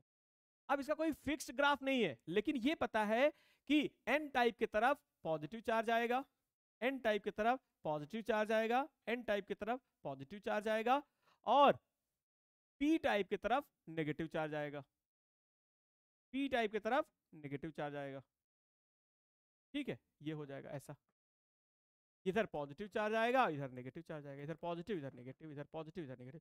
अब ये हो सकता है कि यहाँ पर कम, यहाँ पे ज्यादा, यहाँ पे कम, यहाँ पे ज्यादा, यहाँ पे कम, यहाँ पे कम, कुछ भी हो सकता है, इसीलिए इस तरीके से मैंने बोला कि कुछ भी ग्राफ हो सकता है, ठीक है। डिस्टेंस जैसे जैसे इधर जाएंगे पॉजिटिव चार्ज, जैसे जैसे इधर जाएंगे नेगेटिव चार्ज, लेकिन वो कम भी हो सकता है, ज्यादा भी हो सकता है, वो कोई ऐसा कुछ ग्राफ फिक्स नहीं है, ऐसा कोई ग्राफ फिक्स नहीं है।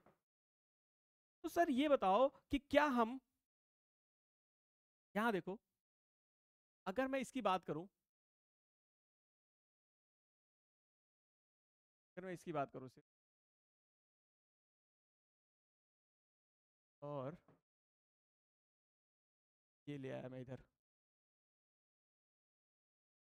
और मैं ग्राफ बनाता हूं, यहां सोचो तो इलेक्ट्रिक फील्ड का जो डायरेक्शन होगा, इलेक्ट्रिक फील्ड का जो डायरेक्शन होगा ऐसे होगा, इलेक्ट्रिक फील्ड का डायरेक्शन ऐसे होगा, तो यहां पर पोटेंशियल सबसे कम होगा, इलेक्ट्रिक फील्ड के डायरेक्शन में जाने पर पोटेंशियल घटता है, तो यहां पर पोटेंशियल सबसे कम होगा, फिर यहां पर पोटेंशियल सबसे इधर जाएंगे तो पोटेंशियल सबसे ज्यादा होगा, तो पोटेंशियल यहाँ पे कम होगा, और जैसे जैसे आगे बढ़ेंगे यहाँ पोटेंशियल उससे ज्यादा, यहाँ उससे ज्यादा, यहाँ उससे ज्यादा, यहाँ उससे ज्यादा, यहाँ उससे ज्यादा, यहाँ उससे ज्यादा, मतलब इलेक्ट्रिक फील्ड के जब अपोजिट डायरेक्शन आता है तो पोटेंशियल बढ़ता है, और इलेक्ट्रिक फील्ड के डायरेक्शन में पोटेंशियल कम होता है।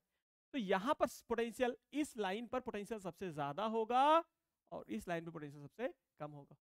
तो जो इसका पोटेंशियल का ग्राफ बनाएंगे, पोटेंशियल और डिस्टेंस का जो ग्राफ बनाएंगे, वो कैसा ग्राफ होगा भाई? तो पोटेंशियल और डिस्टेंस का जो ग्राफ बनेगा वो कुछ ग्राफ ऐसा होगा कि यहां से पोटेंशियल जो है, यहां पे पोटेंशियल सबसे ज्यादा होगा, फिर यहां पे सबसे कम होगा, तो इस तरीके से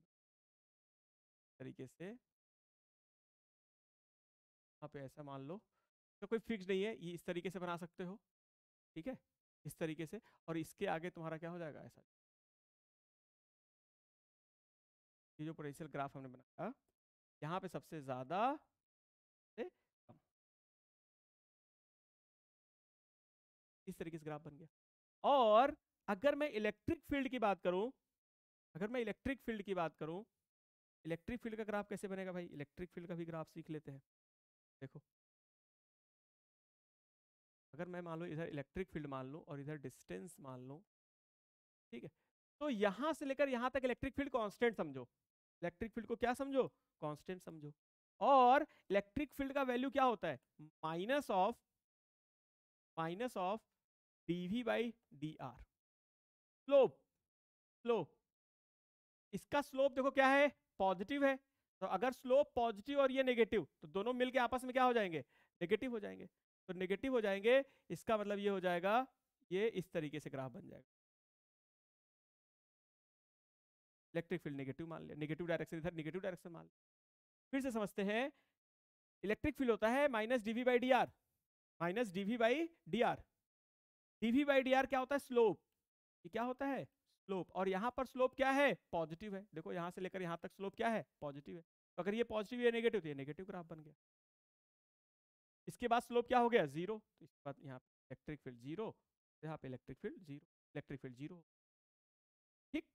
तो ये हो गया अपना, बहुत बहुत ज्यादा मैं इसको इंपॉर्टेंस नहीं दे रहा हूँ कि ग्राफ तुम सीखो ही, ठीक है, ग्राफ तुम सीखो ही। और यहाँ पे एक चीज है, यहाँ पे इसको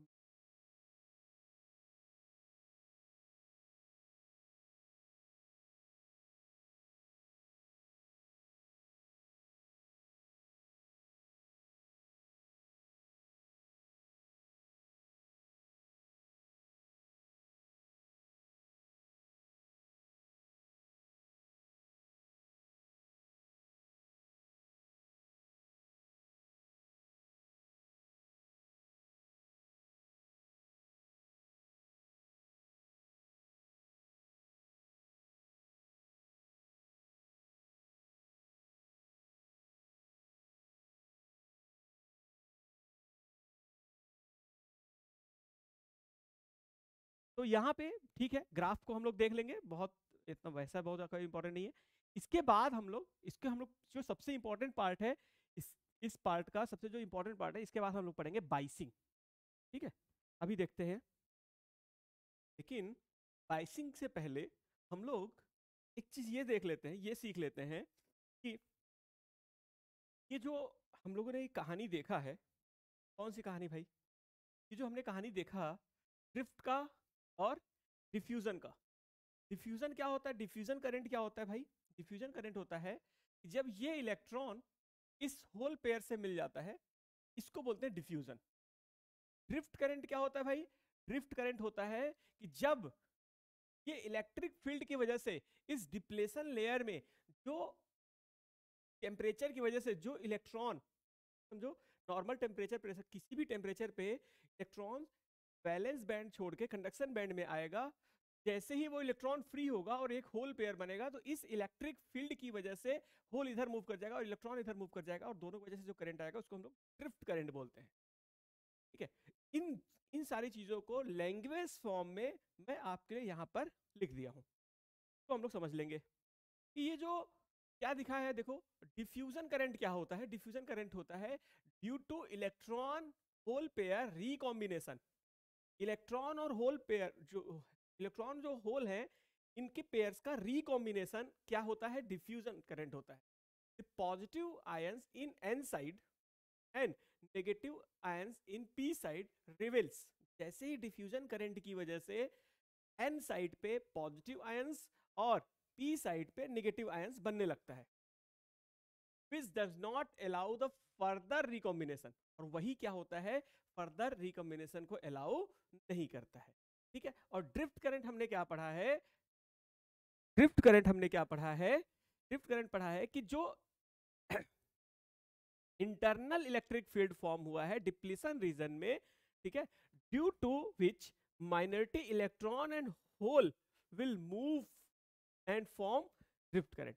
जो डिप्लीशन लेयर में इलेक्ट्रॉन और होल पेयर फॉर्म होता है और इलेक्ट्रिक फील्ड की वजह से वो मूव करता है, उसकी वजह से जो करंट आता है उसको हम लोग ड्रिफ्ट करंट बोलते हैं। ड्रिफ्ट करंट जो है वो एन से पी की तरफ जाता है, और डिफ्यूजन करंट जो है वो पी से एन की तरफ जाता है। ठीक है, तो इसको हम लोग ध्यान रखेंगे। और अब आगे बढ़ते हैं, अब समझते हैं फॉरवर्ड बायस।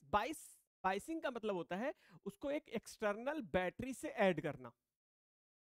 बाइसिंग का मतलब होता है एक्सटर्नल बैटरी से या एक्सटर्नल पोटेंशियल डिफरेंस देना।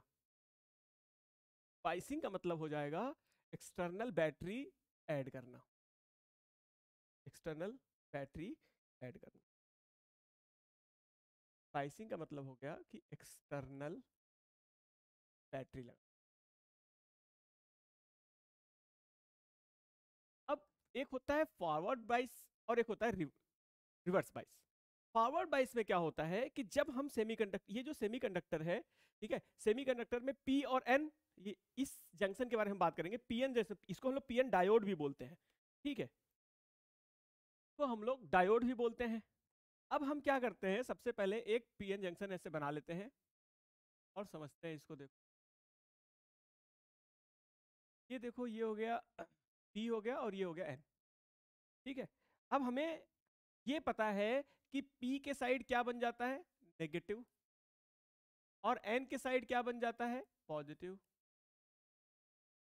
ठीक है, यहां पर अब ये इलेक्ट्रिक फील्ड हो गया। ठीक है, इसको हम लोग बोल देंगे ई इंटरनल। ठीक है, ई इंटरनल। अब अगर हम इसको बैटरी से अटैच कर दें, कैसे अटैच करते हैं भाई? बैटरी का जो हाई पोटेंशियल है वो इधर लगाना है पी के साइड, और लो पोटेंशियल जो है उसको एन के साइड लगा देना है। ऐसे ऐसे अटैच करना है। ये मैटर करेगा भाई, ये जो डायरेक्शन है ये मैटर करेगा। इसी को फॉरवर्ड बाइसिंग बोलते हैं, आगे समझ में आएगा अभी। ये मैटर करेगा, इसका डायरेक्शन, इसको पलट दोगे तो रिवर्स बाइस हो जाएगा, तो फॉरवर्ड बाइस इसको बोलेंगे, अभी समझ में आएगा धीरे धीरे। तो क्या होगा, ये हाई पोटेंशियल है, हाई पोटेंशियल है, तो इलेक्ट्रिक फील्ड जो एक्सटर्नल, ये इसकी वजह से, बैटरी की वजह से जो इलेक्ट्रिक फील्ड आएगा वो इधर आएगा। तो बैटरी की वजह से जो इलेक्ट्रिक फील्ड आया वो इधर आया ऐसे। बैटरी की वजह से जो इलेक्ट्रिक फील्ड आएगा वो इधर आएगा, इस तरीके से एक्सटर्नल इलेक्ट्रिक फील्ड इस तरफ आएगा। अब क्या करेगा, जैसे ही बैटरी के वोल्टेज को बढ़ाओगे ये वाला इलेक्ट्रिक फील्ड बढ़ेगा, और ये वाला इलेक्ट्रिक फील्ड बढ़ेगा तो जो नेट इलेक्ट्रिक फील्ड होगा, जो ई नेट होगा, वो क्या हो जाएगा, ई एक्सटर्नल माइनस ई इंटरनल। अगर आप सोचो ये वाला जो इलेक्ट्रिक फील्ड है पहले धीरे धीरे धीरे धीरे कम होगा, जैसे जैसे इसका वोल्टेज बढ़ाओगे, सपोज करो ये 10 है और ये 5 है, तो ओवरऑल 5 हो गया ना, तो धीरे धीरे इसका जो पावर था, इसका जो इंटेंसिटी था वो कम हो रहा है। जब इंटेंसिटी कम हो रहा है तो यहां पर क्या, एन, ये एन टाइप है, और एन टाइप में क्या मौजूद होता है भाई, ढेर सारा यहाँ पे इलेक्ट्रॉन। इसको कौन नहीं जाने दे रहा था, ये वाला इलेक्ट्रिक फील्ड नहीं जाने दे रहा था। इधर नहीं जाने दे रहा था, इधर नहीं जाने दे रहा था, इधर नहीं जाने दे रहा था। लेकिन जैसे ही तुम बाहर से एक बैटरी लगाओगे तो इस इलेक्ट्रिक फील्ड की वजह से, इस इलेक्ट्रिक फील्ड की वजह से ये वाला इलेक्ट्रिक फील्ड कमजोर होने लगेगा, और जैसे ही इलेक्ट्रिक फील्ड कमजोर होने लगेगा ये वाला इलेक्ट्रॉन चल के यहां होल में आ जाएगा, ये वाला इलेक्ट्रॉन चल के यहां होल में आ जाएगा, ये वाला इलेक्ट्रॉन चल के यहां फिर होल में आ जाएगा। इसका मतलब डिफ्यूजन करंट फ्लो होने लगेगा, डिफ्यूजन करंट फ्लो होने लगेगा। अगर इलेक्ट्रॉन चला गया, अगर इलेक्ट्रॉन यहां से यहां मूव करेगा तो करंट किधर फ्लो करेगा, इधर फ्लो करेगा। अगर इलेक्ट्रॉन जो है, डिफ्यूजन करंट यहां से ये इलेक्ट्रॉन यहां मूव करके आएगा, क्यों आया, क्योंकि जो इलेक्ट्रिक फील्ड ये बनाया हुआ था, एक्सटर्नल बैटरी लगाकर हमने इसके इलेक्ट्रिक फील्ड को कमजोर कर दिया, और जब इसके इलेक्ट्रिक फील्ड को वीक कर दिया, वीक कर दिया, तो ये इलेक्ट्रॉन चल के यहां आ गया। और सोचो इलेक्ट्रिक फील्ड को खत्म ही कर दो, पूरा का पूरा इलेक्ट्रिक फील्ड इधर कर दो, तो सारे इलेक्ट्रॉन्स इधर फ्लो करने लगेंगे, और जब सारे इलेक्ट्रॉन इधर फ्लो करने लगेंगे तो ये बहुत अच्छा कंडक्टर बन जाएगा। पूरी कहानी फिर से समझते हैं, पूरी कहानी फिर से समझते हैं। क्या है कि सबसे पहले ये इलेक्ट्रिक फील्ड मौजूद था डिप्लेशन लेयर में, ये इधर वाले इलेक्ट्रॉन को इधर नहीं जाने देता था। फिर बाहर से एक बैटरी लगाया गया, इस बैटरी की वजह से इलेक्ट्रिक फील्ड जनरेट हुआ इधर। ये जो इलेक्ट्रिक फील्ड जनरेट हुआ, एक्सटर्नल इलेक्ट्रिक फील्ड जो जनरेट हुआ, ये जो इलेक्ट्रिक फील्ड जनरेट हुआ, ये क्या करता है, इसके इलेक्ट्रिक फील्ड को कम करता है। सपोज करो ये 10 है और ये 5 है, सपोज करो ये 10 है और ये 5 है। देखो मान लो कि ये वाला वैल्यू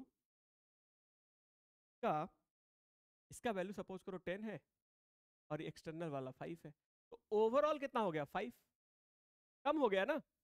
तो जब ये इलेक्ट्रिक फील्ड कम हुआ तो इलेक्ट्रॉन धीरे धीरे इधर मूव करने लगेंगे, और कम होते होते होते होते होते जब इलेक्ट्रिक फील्ड ये वाला इधर ही हो जाएगा, टोटली सोचो, सपोज करो ये 10 है और ये 20 हो गया, तो ओवरऑल इलेक्ट्रिक फील्ड तो इधर हो गया।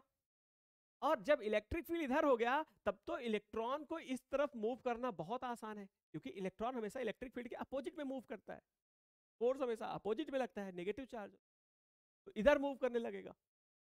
इसका मतलब इलेक्ट्रॉन यहां से यहां आने लगेगा, और यहाँ पे होल में रिकॉम्बिनेशन हो जाएगा, यहाँ पे होल में रिकॉम्बिनेशन हो जाएगा, फिर यहाँ पे होल में रिकॉम्बिनेशन हो जाएगा, और ये कंटिन्यू ये चलने लगेगा ऐसे। और फिर यहाँ से इलेक्ट्रॉन इधर आएगा, फिर इलेक्ट्रॉन यहाँ आएगा, फिर इधर से फिर ये इस तरीके से चलने लगेगा प्रोसेस। तो ये इलेक्ट्रॉन चल के यहाँ आ जाएगा, ये इलेक्ट्रॉन चल के यहाँ आ जाएगा, ये इलेक्ट्रॉन चल के यहाँ आ जाएगा, फिर से रिकॉम्बिनेशन हो रहा है। इस करंट को बोलते हैं डिफ्यूजन करंट। और करंट का डायरेक्शन, अगर इलेक्ट्रॉन का डायरेक्शन इधर है तो करंट का डायरेक्शन इधर होगा। और देखो जब बैटरी हम लोग लगाते हैं तो करंट का डायरेक्शन ऐसे होता भी है और ऐसे होगा भी, लेकिन इस करंट को नाम दिया गया डिफ्यूजन करंट। इस करंट को नाम दिया गया diffusion current, diffusion current E/N। Drift current क्या होगा भाई, ड्रिफ्ट करंट बहुत स्मॉल होगा। ड्रिफ्ट करंट जो है, drift current is very small और नेग्लेक्जिबल। ड्रिफ्ट करंट फॉरवर्ड बायस में जीरो होता है, ड्रिफ्ट करंट जीरो हो जाएगा, नेग्लेजिबल हो जाएगा। ड्रिफ्ट करंट क्या हो जाएगा, नेग्लेजिबल हो जाएगा।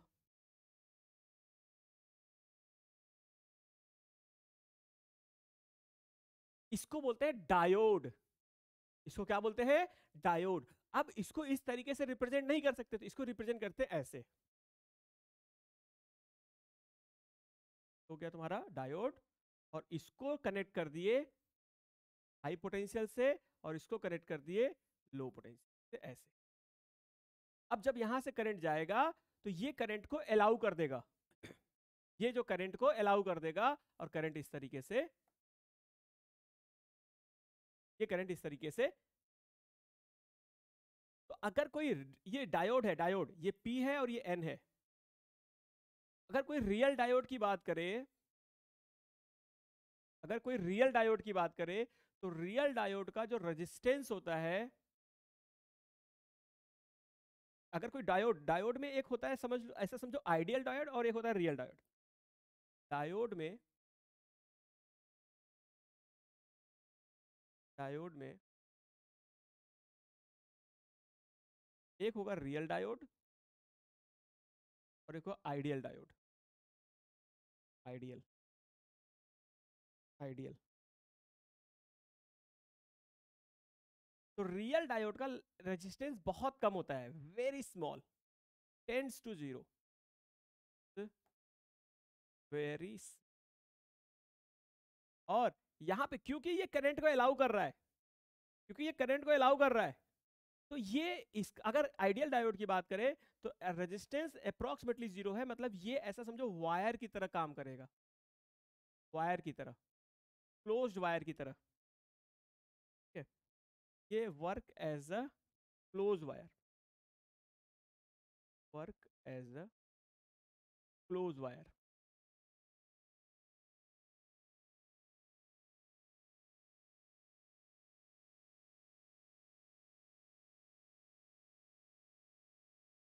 ठीक है, क्लोज वायर की तरह वर्क करेगा। इधर का नहीं आ रहा है क्या? सेटिंग कर लेते हैं। अब आ रहा होगा। ठीक है, तो work as the close wire, मतलब ऐसा समझो ये कि वायर की तरह काम करेगा।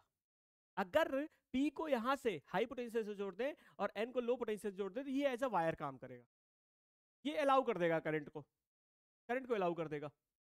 ठीक है, और कौन सा करंट फ्लो होगा? Diffusion current. अब हम बात करते हैं रिवर्स बायस की, अब हम बात करते हैं रिवर्स बायस की। तो रिवर्स बायस में क्या होगा?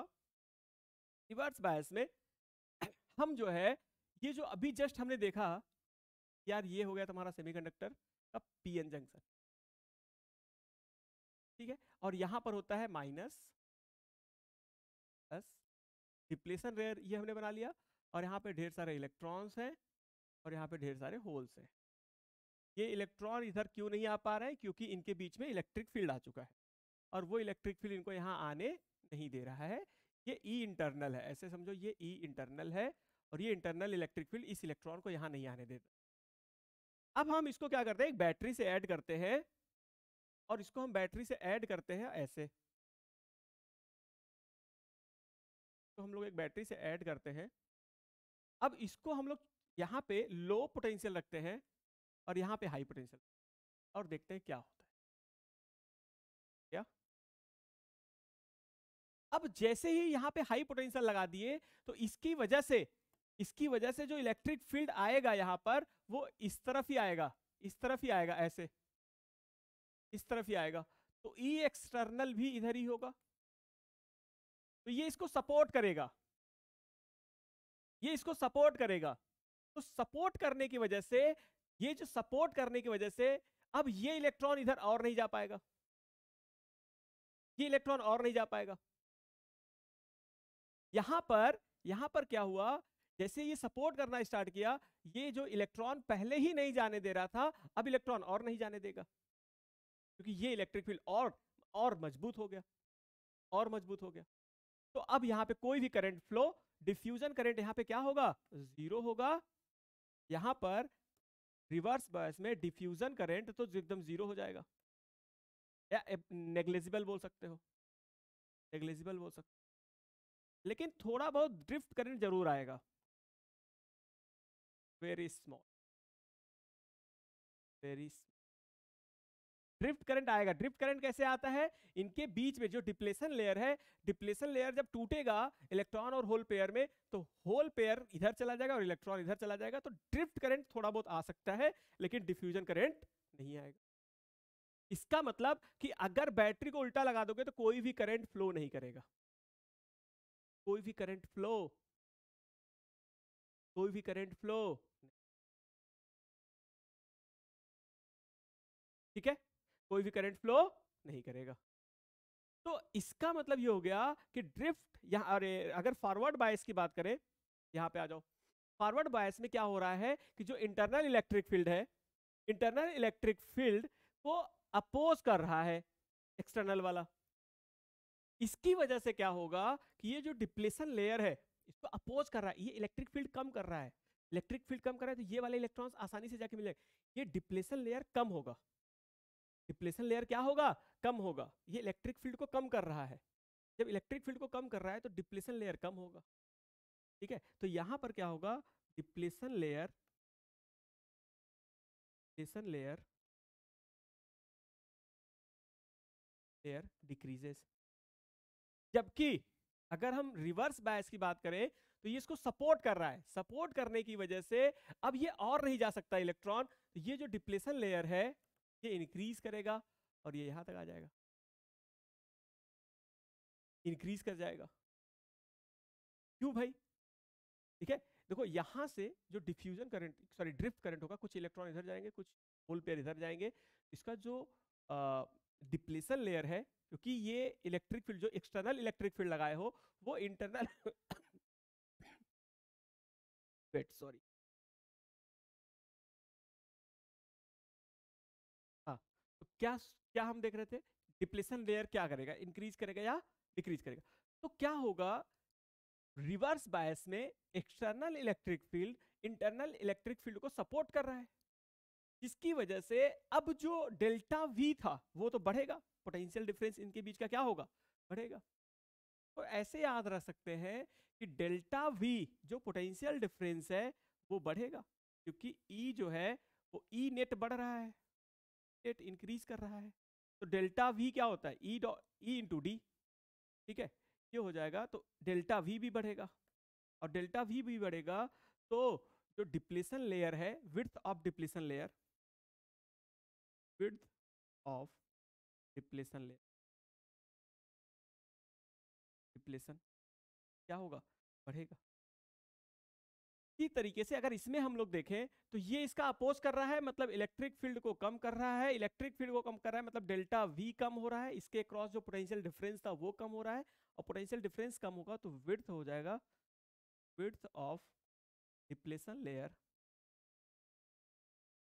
लेयर इंक्रीजेस, ठीक है। ये चीज हो गया। अब आगे देखते हैं, आगे क्या है, ये हो गया रिवर्स बायस। रिवर्स बायस में डिफ्यूजन करंट जीरो हो जाएगा अप्रोक्सीमेटली, कौन सा बचेगा, ड्रिफ्ट करंट बचेगा। ड्रिफ्ट करंट कौन सा होता है भाई, ड्रिफ्ट करंट होता है जब बीच में डिप्लेशन लेयर में यहाँ पे कहीं कोई होल से इलेक्ट्रॉन निकलेगा तो होल इधर चला जाएगा, इलेक्ट्रॉन इधर चला जाएगा, और ये हो जाएगा, ये कौन सा करंट इसको बोलते हैं, ड्रिफ्ट करंट बोलते हैं। कौन सा करंट बोल देंगे भाई, ड्रिफ्ट करंट बोल, ठीक है, ये हो जाएगा। तो इसको हम लोग बोलते हैं डायोड, इसको हम लोग बोलते हैं डायोड। और ये जो डायोड होता है वो इस तरीके से रिप्रेजेंट किया जाएगा, ये हो गया तुम्हारा रिवर्स बायस। रिवर्स बायस में क्या करना है, इस वाले को जिसको हम लोग P बोलते हैं, इसको लो पोटेंशियल से जोड़ना है, और इसको हम लोग N बोलते हैं, इसको हाई पोटेंशियल से जोड़ना है, तो हाई पोटेंशियल। अब ये क्या करेगा, यहां पर ये करंट का अपोज करेगा, ये करंट का क्या करेगा, अपोज करेगा। अब ये करंट नहीं जाने देगा, अब ये करंट जाने नहीं देगा, यहां से करंट, कोई भी करंट नहीं जाएगा, अपोज करंट, अपोज करंट, ठीक है। और अगर आइडियल, आइडियल डायोड है, आइडियल डायोड है, आइडियल डायोड है तो रेजिस्टेंस इनफाइनाइट हो जाएगा, ideal diode resistance infinite for reverse bias. Reverse bias के लिए अब ये रेजिस्टेंस इनफाइनाइट हो जाएगा, तो करंट हो जाता है V बाई आर, तो ये हो जाएगा, करंट हो जाएगा लगभग जीरो, करंट लगभग क्या हो जाएगा, जीरो। करंट अब यहां से फ्लो नहीं करेगा, यहां से कोई करंट फ्लो नहीं करेगा, जबकि रिवर्स बायस में करंट आसानी से फ्लो कर गया था, रिवर्स बायस में करंट आसानी से फ्लो कर गया था। और ये as a open wire act as a open wire, ये जो होगा ये होगा act as a this, act as a open wire, act as a open wire, open wire. जबकि यहां पे क्या था, act as a close wire, act as a close wire, act,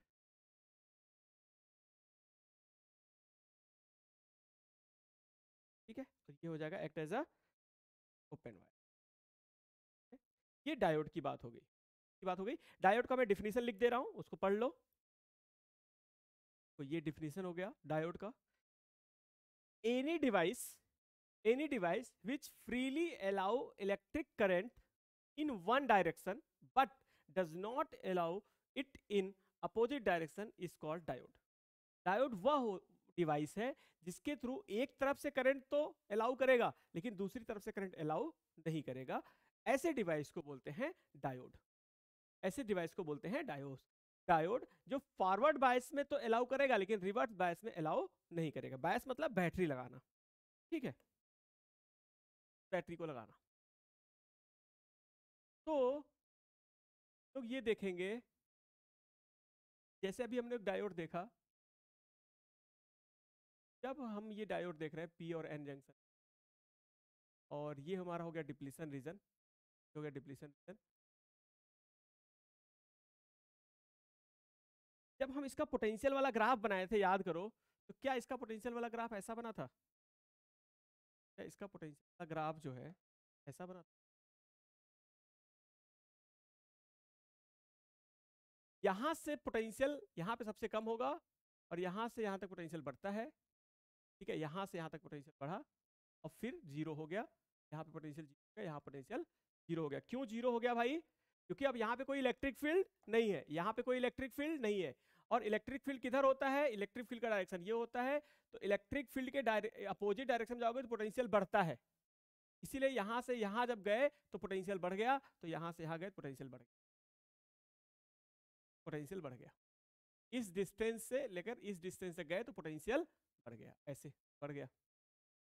अब अगर हम बात करते हैं, अगर मैं इसको फॉरवर्ड बायस कर दूं, तो फॉरवर्ड बायस में क्या होता है, फॉरवर्ड बायस में क्या होता है कि इलेक्ट्रिक फील्ड कम होगा तो पोटेंशियल भी कम होगा, तो पोटेंशियल कम होगा और कुछ ऐसा हो जाएगा।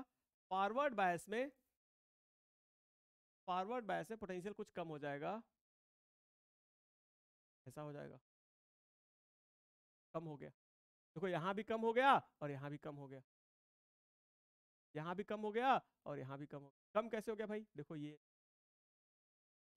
वाला देखो कि ये ज्यादा है नेगेटिव में और ये कम है, इस तरीके से देखो। और ये किसके लिए है भाई? फॉरवर्ड बायस के लिए। ये क्या है? नॉर्मल।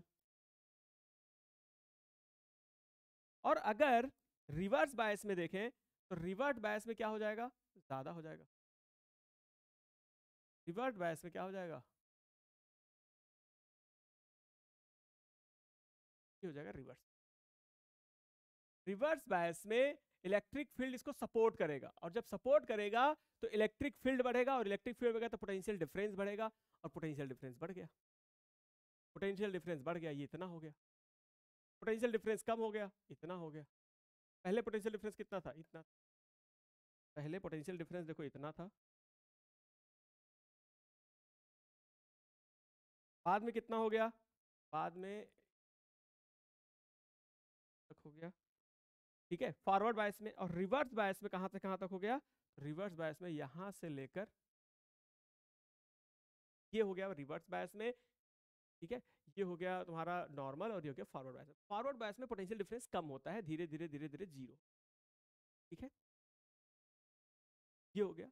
और इसका डिफिनीशन है any device which freely allow the electric current in one direction but does not allow in opposite direction is called diode, is called diode. अब देख लेते हैं आईवी कैरेक्टरिस्टिक क्या होता है। आईवी कैरेक्टरिस्टिक में क्या करना है हमें? आईवी कैरेक्टरिस्टिक में क्या करना है? एक तरफ लेना है पोटेंशियल को और एक तरफ लेना है करंट को। हम ऐसे ले लिए, देखो ये हो गया तुम्हारा,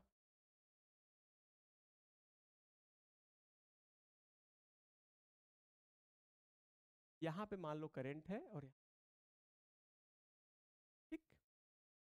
अब इधर हम लोग देखते हैं फॉरवर्ड बायस के लिए, फिर देखते हैं रिवर्स। जब हम पोटेंशियल को फॉरवर्ड बायस करते हैं, फॉरवर्ड बायस का मतलब ये हो गया कि ये देखो तुम्हारा जो है हो गया और ये n हो गया, तो इसको हम लोग ऐसे जोड़। अब इस pn में अगर हम लोग ध्यान से देखें तो यहां पर कौन सा चार्ज है, नेगेटिव, और यहां पे कौन सा चार्ज है, पॉजिटिव। जिसकी वजह से अगर मैं इसको सीधा सीधा ऐसे बना लूं, तो ऐसे बना लूं, ये इधर नेगेटिव है और इधर, और इसकी वजह से इलेक्ट्रिक फील्ड ऐसे है। फॉरवर्ड बायस क्या करता है कि ये इलेक्ट्रिक फील्ड को कमजोर करता है, इलेक्ट्रिक फील्ड को कमजोर करता है, धीरे धीरे कम करेगा। और जैसे जैसे इलेक्ट्रिक फील्ड कम होगा तो V भी कम होगा, ये वाला V कम होगा, और करंट धीरे धीरे बढ़ेगा। करंट क्या होगा भाई, बढ़ेगा। कैसे बढ़ेगा, इलेक्ट्रॉन मूव करना स्टार्ट करेगा। ये जो E है वो कम होगा, ये E जो है वो कम होगा, धीरे धीरे E कम होगा। जैसे जैसे आप सपोज करो इसका जो पोटेंशियल V है, देखो यहाँ पे कंफ्यूज मत होना, ये V एक्सटर्नल की बात कर रहा हूं मैं। जैसे जैसे हम V बढ़ाएंगे, ये वाला V जैसे जैसे अभी सपोज करो इसको V बढ़ा रहे हैं, तो जब ये वाला V बढ़ाएंगे तो ये वाला इलेक्ट्रिक फील्ड बढ़ेगा, एक्सटर्नल वाला बढ़ेगा। और जैसे जैसे एक्सटर्नल वाला बढ़ेगा तो ये टोटल जो होगा वो धीरे धीरे ये वाला कम होता जाएगा, और धीरे धीरे धीरे धीरे धीरे धीरे इलेक्ट्रिक फील्ड पहले कम होगा और फिर इधर होने लगेगा। तो ऐसा समझो, ऐसे समझो कि अगर ये वाला पोटेंशियल पहले बाइसिंग से पहले, बाइसिंग को हटा दो, बाइसिंग को हटा दो, ये लो बाइसिंग को हटा दिया, पहले इसका डेल्टा V कितना था, पहले डेल्टा V मान लो था 0.7, पहले डेल्टा V कितना था 0.7। अब जब तुम बैटरी लगा रहे हो, जब तुम बैटरी लगा रहे हो यहाँ पे, जब तुम बैटरी लगा रहे हो फॉरवर्ड बायस में, जब बैटरी लगा रहे हो, तो ये बैटरी क्या करेगा, इस पोटेंशियल को धीरे धीरे कम करेगा, इस पोटेंशियल को धीरे धीरे कम करेगा, और करंट अलाउ करेगा, करंट फ्लो कराने की कोशिश करेगा, करंट फ्लो कराने की कोशिश करेगा, करंट धीरे धीरे बढ़ेगा। जैसे जैसे इसका पोटेंशियल बढ़ाओगे, ये इलेक्ट्रिक फील्ड ये वाला बढ़ेगा और ये वाला कम हो जाएगा, कम हो जाएगा, कम हो जाएगा, कम हो जाएगा, नेट इलेक्ट्रिक फील्ड। ऐसे समझो, सपोज करो कि अंदर वाला इलेक्ट्रिक फील्ड 10 था और बाहर वाला 1 हुआ, तो टोटल इलेक्ट्रिक फील्ड 9 हो गया। जैसे ही 9 होगा, इलेक्ट्रॉन मूव करने स्टार्ट कर देगा, क्योंकि कौन रोक के रखा था, इलेक्ट्रॉन को कौन रोक के रखा था, इलेक्ट्रॉन को यही वाला इलेक्ट्रिक फील्ड रोक के रखा था। फिर जैसे इसको 2 कर दोगे, जैसे इसके पोटेंशियल को बढ़ाए, इसका इलेक्ट्रिक फील्ड 2 कर दिए, ये टोटल इलेक्ट्रिक फील्ड 8 हो गया, इलेक्ट्रॉन और तेजी से मूव करेगा। इसको और बढ़ाए, 3 कर दिए, तो टोटल इलेक्ट्रिक फील्ड और कम हो गया, 7 हो गया, तो पोटेंशियल डिफरेंस कम हो गया। या ऐसे समझो कि यहां पे अगर मैं पोटेंशियल 0.1, 0.2, 0.3, 0.4, 0.5, 0.6, 0.7, 8 ऐसे वोल्ट में अगर मैं ले लूं, तो जैसे जैसे इसका मैंने 0.1 रखा, तो ये इलेक्ट्रिक फील्ड आया, लेकिन पूरी ये ब्लू वाला इलेक्ट्रिक फील्ड पूरी तरीके से खत्म नहीं हुआ है, पूरी तरीके से खत्म नहीं हुआ। क्यों, क्योंकि अभी ये इसका जो वैल्यू है 0.1 है, ठीक है, इसका पोटेंशियल 0.1 है, तो इसका टोटल अभी 0.6 हुआ, मतलब ऐसे समझो अभी ये खत्म नहीं हुआ है, लेकिन ये इलेक्ट्रिक फील्ड कमजोर जरूर हुआ है। और कमजोर होने की वजह से यहां से इलेक्ट्रॉन मूव करेगा इधर, क्योंकि इधर होल होता है और इधर इलेक्ट्रॉन्स होते हैं। ये इलेक्ट्रिक फील्ड कमजोर हुआ है, किस वजह से हुआ है, क्योंकि हमने एक बैटरी लगाया है। भले ही उसका पोटेंशियल कम है, लेकिन बैटरी लगाने की वजह से इसका इलेक्ट्रिक फील्ड कम हुआ। इलेक्ट्रिक फील्ड कम होने की वजह से ये इलेक्ट्रॉन इधर मूव करेगा, और जैसे इलेक्ट्रॉन मूव करना स्टार्ट करेगा, करंट फ्लो करने लगेगा, करंट का डायरेक्शन ये होगा, तो करंट फ्लो करने लगेगा, फ्लो करने लगेगा, फ्लो करने लगेगा, करने लगेगा, ऐसे फ्लो करेगा, बढ़ता बढ़ता। जैसे जैसे इसको बढ़ाते जाओगे, ये वाला इलेक्ट्रिक फील्ड बढ़ता जाएगा, ये वाला धीरे धीरे टोटल इलेक्ट्रिक फील्ड इस तरफ कम होता जाएगा, और होते होते होते होते एक समय ऐसा आएगा जब ये 0.7 वोल्ट और ये 0.7 वोल्ट ये भी हो जाएगा। अब ये दोनों बराबर हो गए, तो यहां पर इलेक्ट्रिक फील्ड ये वाला डोमिनेट कर जाएगा, और डोमिनेट कर जाएगा तो करंट बहुत तेजी से फ्लो करने लगेगा। और जैसे ही 0.7 के आसपास पहुंचोगे, जैसे ही 0.7 के आसपास पहुंचोगे, ये जो है इस तरीके से, तो हम लोग बोलते हैं जहां पे बहुत तेजी से बढ़ा, तो हम लोग बोलते हैं नी वोल्टेज, नी वोल्टेज।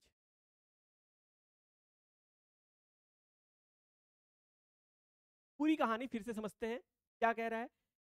सपोज करो इसका 0.7 वोल्ट पोटेंशियल है, उल्टे साइड में होता है डायोड में, उल्टे साइड में पोटेंशियल होता है, ठीक है, क्योंकि इलेक्ट्रिक फील्ड का डायरेक्शन ये होता है। तो इलेक्ट्रिक फील्ड का ऐसा ये हाई पोटेंशियल होता है और ये लो पोटेंशियल होता है, पहले हम लोग डिस्कस कर लिए थे। ये हाई पोटेंशियल होता है, लो पोटेंशियल। जब हम इसको यहाँ पे जोड़ते हैं, फॉरवर्ड बायस इसको बोलते हैं, तो ये क्या करता है, इसके पोटेंशियल को कम करने की कोशिश करता है। लेकिन सर पोटेंशियल कम तो ऐसा समझो अभी भी पोटेंशियल इधर ही है, लेकिन आप कह रहे हो करंट फ्लो करेगा। हाँ, फिर से समझो कि भले ही यहाँ वाला पोटेंशियल ज्यादा है, यहाँ वाला कम है। सपोज करो ये 0.1 था, देखो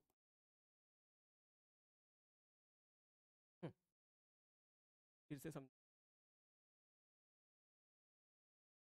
फिर से समझो कि भाई ये बताओ, देखो ये हो गया P, यहाँ तक जो है तुम्हारा, ऐसे समझो कि नेगेटिव चार्ज आ गया है, पॉजिटिव गया है, और यहाँ पर तुम्हारा होल है, और यहाँ पे इलेक्ट्रॉन्स है।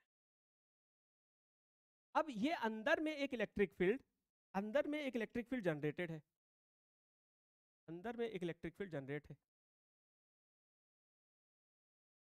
अंदर में एक इलेक्ट्रिक फील्ड ऐसे जनरेट है, पहले से ही है। वो इलेक्ट्रिक फील्ड इसको रोक रहा है, और उस इलेक्ट्रिक फील्ड की वजह से एक पोटेंशियल डिफरेंस आया है, जो कि है 0.7 मान लो। मतलब इधर हाई पोटेंशियल है और इधर लो पोटेंशियल है। जैसे ही बैटरी को ऐड करोगे, जैसे ही बैटरी को ऐड करोगे, तो बैटरी को ऐड करने से क्या फायदा हुआ, बैटरी को ऐड करने से मान लो 0.1 वोल्ट का बैटरी ऐड किए, अब इसका पोटेंशियल तो कम हुआ, लेकिन फायदा क्या हुआ कि ये जो इलेक्ट्रिक फील्ड है, इलेक्ट्रिक फील्ड है, वो इलेक्ट्रिक फील्ड भी कमजोर हुआ, क्योंकि बाहर से एक इलेक्ट्रिक फील्ड और आ गया। भले ही इसकी ताकत कम है, लेकिन ओवरऑल इसने कुछ ना कुछ तो कमजोर किया। और जैसे ही थोड़ा सा वीक पड़ा, जैसे ये थोड़ा सा वीक हुआ, इधर से इलेक्ट्रॉन चल के इधर आ जाएगा। डिफ्यूजन करंट याद करो, डिफ्यूजन करंट कैसे होता था, डिफ्यूजन करंट। अब क्या होगा, फिर जैसे इसको बढ़ाओगे, जैसे इसको बढ़ाओगे 0.2 वोल्ट करोगे, तो ये और बढ़ेगा, और ये और बढ़ेगा तो ये और कमजोर होगा, और करंट और फ्लो करेगा, इलेक्ट्रॉन यहां से चल के यहां आ जाएगा। जब करंट और फ्लो करेगा, तो करंट किधर फ्लो करेगा, करंट का डायरेक्शन क्या होगा भाई, करंट का डायरेक्शन इधर ऐसे होगा। करंट का डायरेक्शन क्या होगा, तो करंट का डायरेक्शन ये होगा, ये होगा करंट का डायरेक्शन आई, और करंट ऐसे फ्लो करने लगेगा। और करंट धीरे धीरे बढ़ते बढ़ते, जब ये 0.7 वोल्ट है, और जैसे ही 0.7 0.6 के आसपास पहुंचेगा, करंट अचानक से बहुत ज्यादा हो जाएगा। करंट अचानक से, क्योंकि अब अपोज करने के लिए कोई इलेक्ट्रिक फील्ड नहीं है, तो जो इलेक्ट्रॉन, अब टोटल जो इलेक्ट्रिक फील्ड इधर ही है, जब ये इलेक्ट्रिक फील्ड सोचो ये वाला अंदर वाला खत्म हो जाएगा, अब हमारे पास कौन सा इलेक्ट्रिक फील्ड बचेगा, इधर इस तरफ इलेक्ट्रिक फील्ड है, और यहाँ पे इलेक्ट्रॉन ढेर सारे मौजूद है, तो ये इलेक्ट्रॉन इधर मूव करेगा, ये इलेक्ट्रॉन इधर मूव करेगा, और करंट बहुत तेजी से फ्लो करने लगेगा, करंट ऐसे फ्लो करने लगेगा, और इसी को बोलते हैं नी वोल्टेज।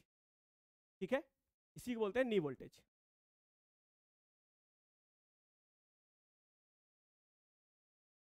लगेगा।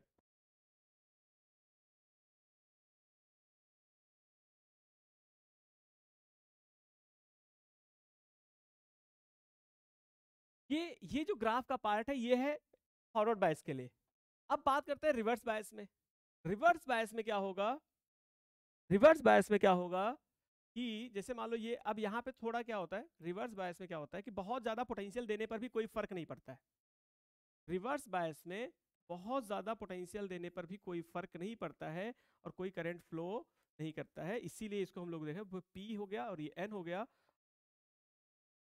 पी की तरफ निगेटिव और एन की तरफ पॉजिटिव ले लोगे, तो ये जो इलेक्ट्रिक फील्ड होगा, ये जो इलेक्ट्रिक फील्ड होगा, इलेक्ट्रिक फील्ड का डायरेक्शन ये होगा, ये इलेक्ट्रिक फील्ड का डायरेक्शन है। और ये जो इलेक्ट्रिक फील्ड का डायरेक्शन है, जैसे ही हमने यहाँ पर बैटरी ऐड किया, और बैटरी भी क्या करेगा, इसको सपोर्ट करेगा, ई एक्सटर्नल भी इधर ही होगा, अब ये इसको सपोर्ट करेगा। ठीक है, तो अब ये जो पोटेंशियल, इसका जो पोटेंशियल ऐसे समझो, इसको अगर ये सपोर्ट कर रहा है, तो यहाँ पे कौन क्या मौजूद होता है, इलेक्ट्रॉन्स, और यहाँ पे क्या मौजूद होता है बताओ, होल्स। ये इसको यहाँ जाने ही नहीं देगा, क्योंकि इलेक्ट्रॉन कभी भी इलेक्ट्रिक फील्ड के डायरेक्शन में मूव नहीं करेगा, ये जाने ही नहीं देगा। तो स्टार्टिंग में धीरे धीरे बढ़ाते बढ़ाते बढ़ाते कौन सा करंट आएगा, कौन सा करंट आएगा, आएगा कौन सा करंट भाई, ये आएगा डिफ्यूजन वाला करंट। जब इलेक्ट्रॉन और होल पेयर जनरेट होगा, तो होल पेयर इधर मूव करेगा, इलेक्ट्रॉन इधर मूव करेगा। ठीक है, तो जो करंट आएगा, करंट किधर आएगा, देखो करंट इस तरह, इलेक्ट्रॉन इधर मूव कर रहा है, इलेक्ट्रॉन इधर मूव, तो करंट इधर आएगा, करंट इसका डायरेक्शन ये होगा, तो करंट का डायरेक्शन ये हो जाएगा, सा धीरे धीरे थोड़ा करंट आएगा आएगा आएगा आएगा आएगा आएगा, और एक समय ऐसा आएगा, एक समय ऐसा आएगा जब इसको बढ़ाते बढ़ाते बढ़ाते बढ़ाते बढ़ाते बढ़ाते बढ़ाते बढ़ाते ऐसा आ जाएगा कि ये जो पार्ट है ये ऐसा ब्रेक हो जाएगा, टूट जाएगा, इसके जो बॉन्ड हैं ये सब टूट जाएंगे, और जब टूट जाएंगे तब इलेक्ट्रॉन्स फ्री हो जाएंगे। ठीक है, इलेक्ट्रॉन्स फ्री होके अब इलेक्ट्रॉन मूव करने लगेगा, और उसको हम लोग बोलते हैं ब्रेक डाउन वोल्टेज, उसको हम लोग बोलते हैं break down voltage, break down,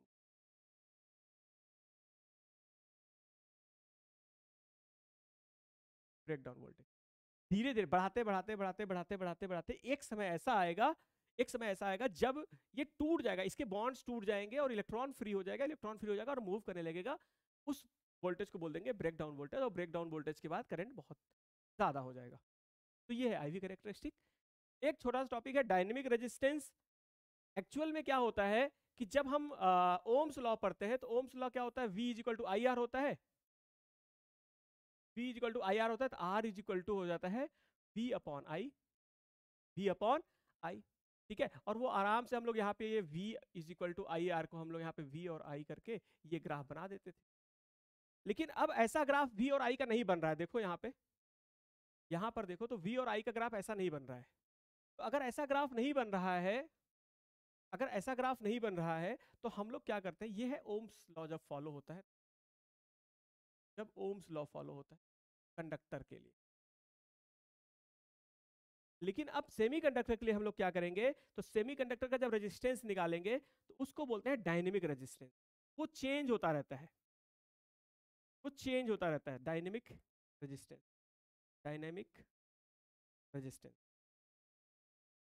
अब ये रेजिस्टेंस चेंज होने की वजह से इसको बोलते हैं डायनेमिक रेजिस्टेंस।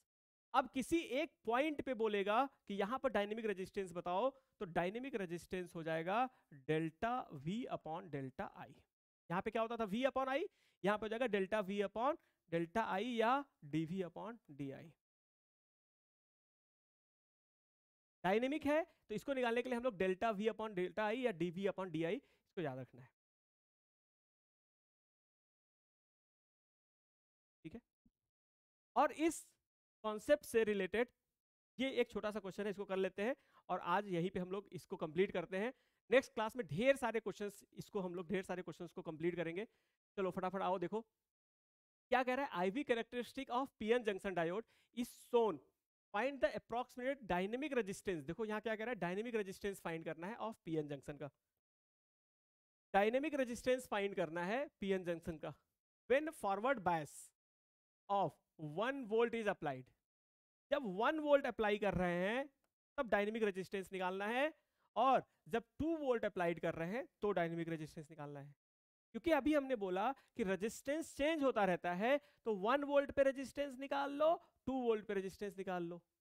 1 वोल्ट पे कैसे निकालेंगे resistance, at 1 volt R is equal to dynamic resistance is equal to delta V upon delta I. Delta V, ये देखो जस्ट थोड़ा सा बढ़ाए हैं, V को थोड़ा सा बढ़ाए, तो डेल्टा V कितना हो गया बताओ, 1.2 माइनस 1, ये है ना delta V, delta V upon delta I। Delta V कितना है बोलो, 0.2, डेल्टा V कितना है बोलो 0.2, और डेल्टा I कितना है बोलो, डेल्टा I कितना है 5। ऐसे क्वेश्चन दिया रहेगा तो ये आंसर आ जाएगा।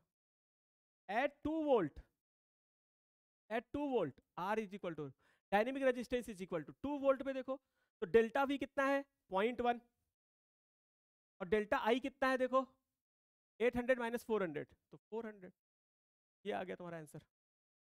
ठीक है, तो ये हो जाएगा 1 अपॉन 4000 जगह 0.25, 5 इंटू 10, इस तरीके से आ जाएगा कुछ आंसर। ठीक है, तो ये हो गया, यहीं तक रखते हैं। इसके आगे ना ढेर सारे क्वेश्चंस दिए हुए हैं, इसके आगे ढेर सारे क्वेश्चंस दिए हुए हैं, इसको हम लोग सॉल्व करेंगे, इसको हम लोग सॉल्व करेंगे नेक्स्ट क्लास में। एक बार ट्राई कर लेना, ठीक है। Which of the following is forward bias, कौन सा फॉरवर्ड बायस है, कौन सा रिवर्स बायस है। जो इसको हम लोग किससे जोड़ेंगे, फॉरवर्ड बायस में इसको हम लोग हाई पोटेंशियल से और इसको लो पोटेंशियल से। क्या ये हाई है और ये लो है, नहीं, तो ये कौन सा हो जाएगा, रिवर्स बायस। इसी तरीके से हम लोग देखेंगे, ये देखो 5 वोल्ट है और ये 0 वोल्ट है, तो ये लो हो गया और ये हाई हो गया, इसका मतलब ये फॉरवर्ड बायस। ऐसे चेक करेंगे, इन सब में चेक करके, ठीक है। जब भी नेक्स्ट क्लास में मिलेंगे एक बार खुद से सॉल्व करके आना, फिर चेक करना। ये सारे क्वेश्चन उसी तरीके से हो जाएंगे सॉल्व, ये सारे क्वेश्चन उसी तरीके से सॉल्व हो जाएंगे। अब देखो जरा, ऐसे क्वेश्चन को कैसे करना है। Consider the junction diode as an ideal. Junction diode को आइडियल कह रहा है, इसका मतलब इसका रेजिस्टेंस क्या लेना है, 0, अगर फॉरवर्ड बायस है, और अगर रिवर्स बायस है तो इनफाइनाइट। ठीक है, तो देखो पहले ये बताओ, यहाँ पे पहले चेक करते हैं फॉरवर्ड है कि फॉरवर्ड है कि रिवर्स है। यहाँ पे हाई पोटेंशियल है और यहाँ पे लो पोटेंशियल है, ये हाई पोटेंशियल लो पोटेंशियल, बहुत सही, फॉरवर्ड बायस है। और फॉरवर्ड बायस है तो करंट फ्लो कर जाएगा। करंट फ्लो कैसे करेगा, तो आई इज इक्वल टू हो जाएगा V delta V upon R. Delta V कितना है इन दोनों के बीच में, -10 है और ये 10 है, तो कितना है 20 अपॉन आर कितना है 100, जाएगा 1/5 एम्पियर। ये करंट ऐसे फ्लो कर जाएगा। तो जैसे भी जिस तरीके से अब जितने भी क्वेश्चंस हैं उसको हम लोग सॉल्व करके आएंगे नेक्स्ट क्लास में। ये सारे क्वेश्चन को हम लोग नेक्स्ट क्लास में सॉल्व करके आएंगे, ये सारे क्वेश्चंस को हम लोग नेक्स्ट क्लास में सॉल्व करेंगे। ये सारे क्वेश्चंस कहाँ पे मिलेंगे तुम्हें, पीडीएफ में मिल जाएंगे, जो लिंक डिस्क्रिप्शन में लिंक है टेलीग्राम का, वहां पे जाकर वो पीडीएफ हमारे हमको मिल जाएगा। उस पीडीएफ से ये सारे क्वेश्चंस को सॉल्व करना है, और सॉल्व करने के बाद इसको एज अ वायर, अगर ये फॉरवर्ड, इसको अगर ये फॉरवर्ड बायस है इसको एज अ वायर ट्रीट करना, और अगर ये रिवर्स बायस है तो as a open wire treat करना। ठीक है, और इन सारे क्वेश्चंस को हम लोग नेक्स्ट क्लास में डिस्कस कर लेंगे। ठीक है, तो जितने भी क्वेश्चंस हैं वो तुम्हें यहाँ पे मिल जाएंगे, और इसको सॉल्व करना। तब तक के लिए टाटा बाय बाय, मिलते हैं अगले एपिसोड में। आज के लिए बस इतना ही। आयुष तो मैं भी हूँ और ठीक है, चलिए, ठीक है, थैंक यू।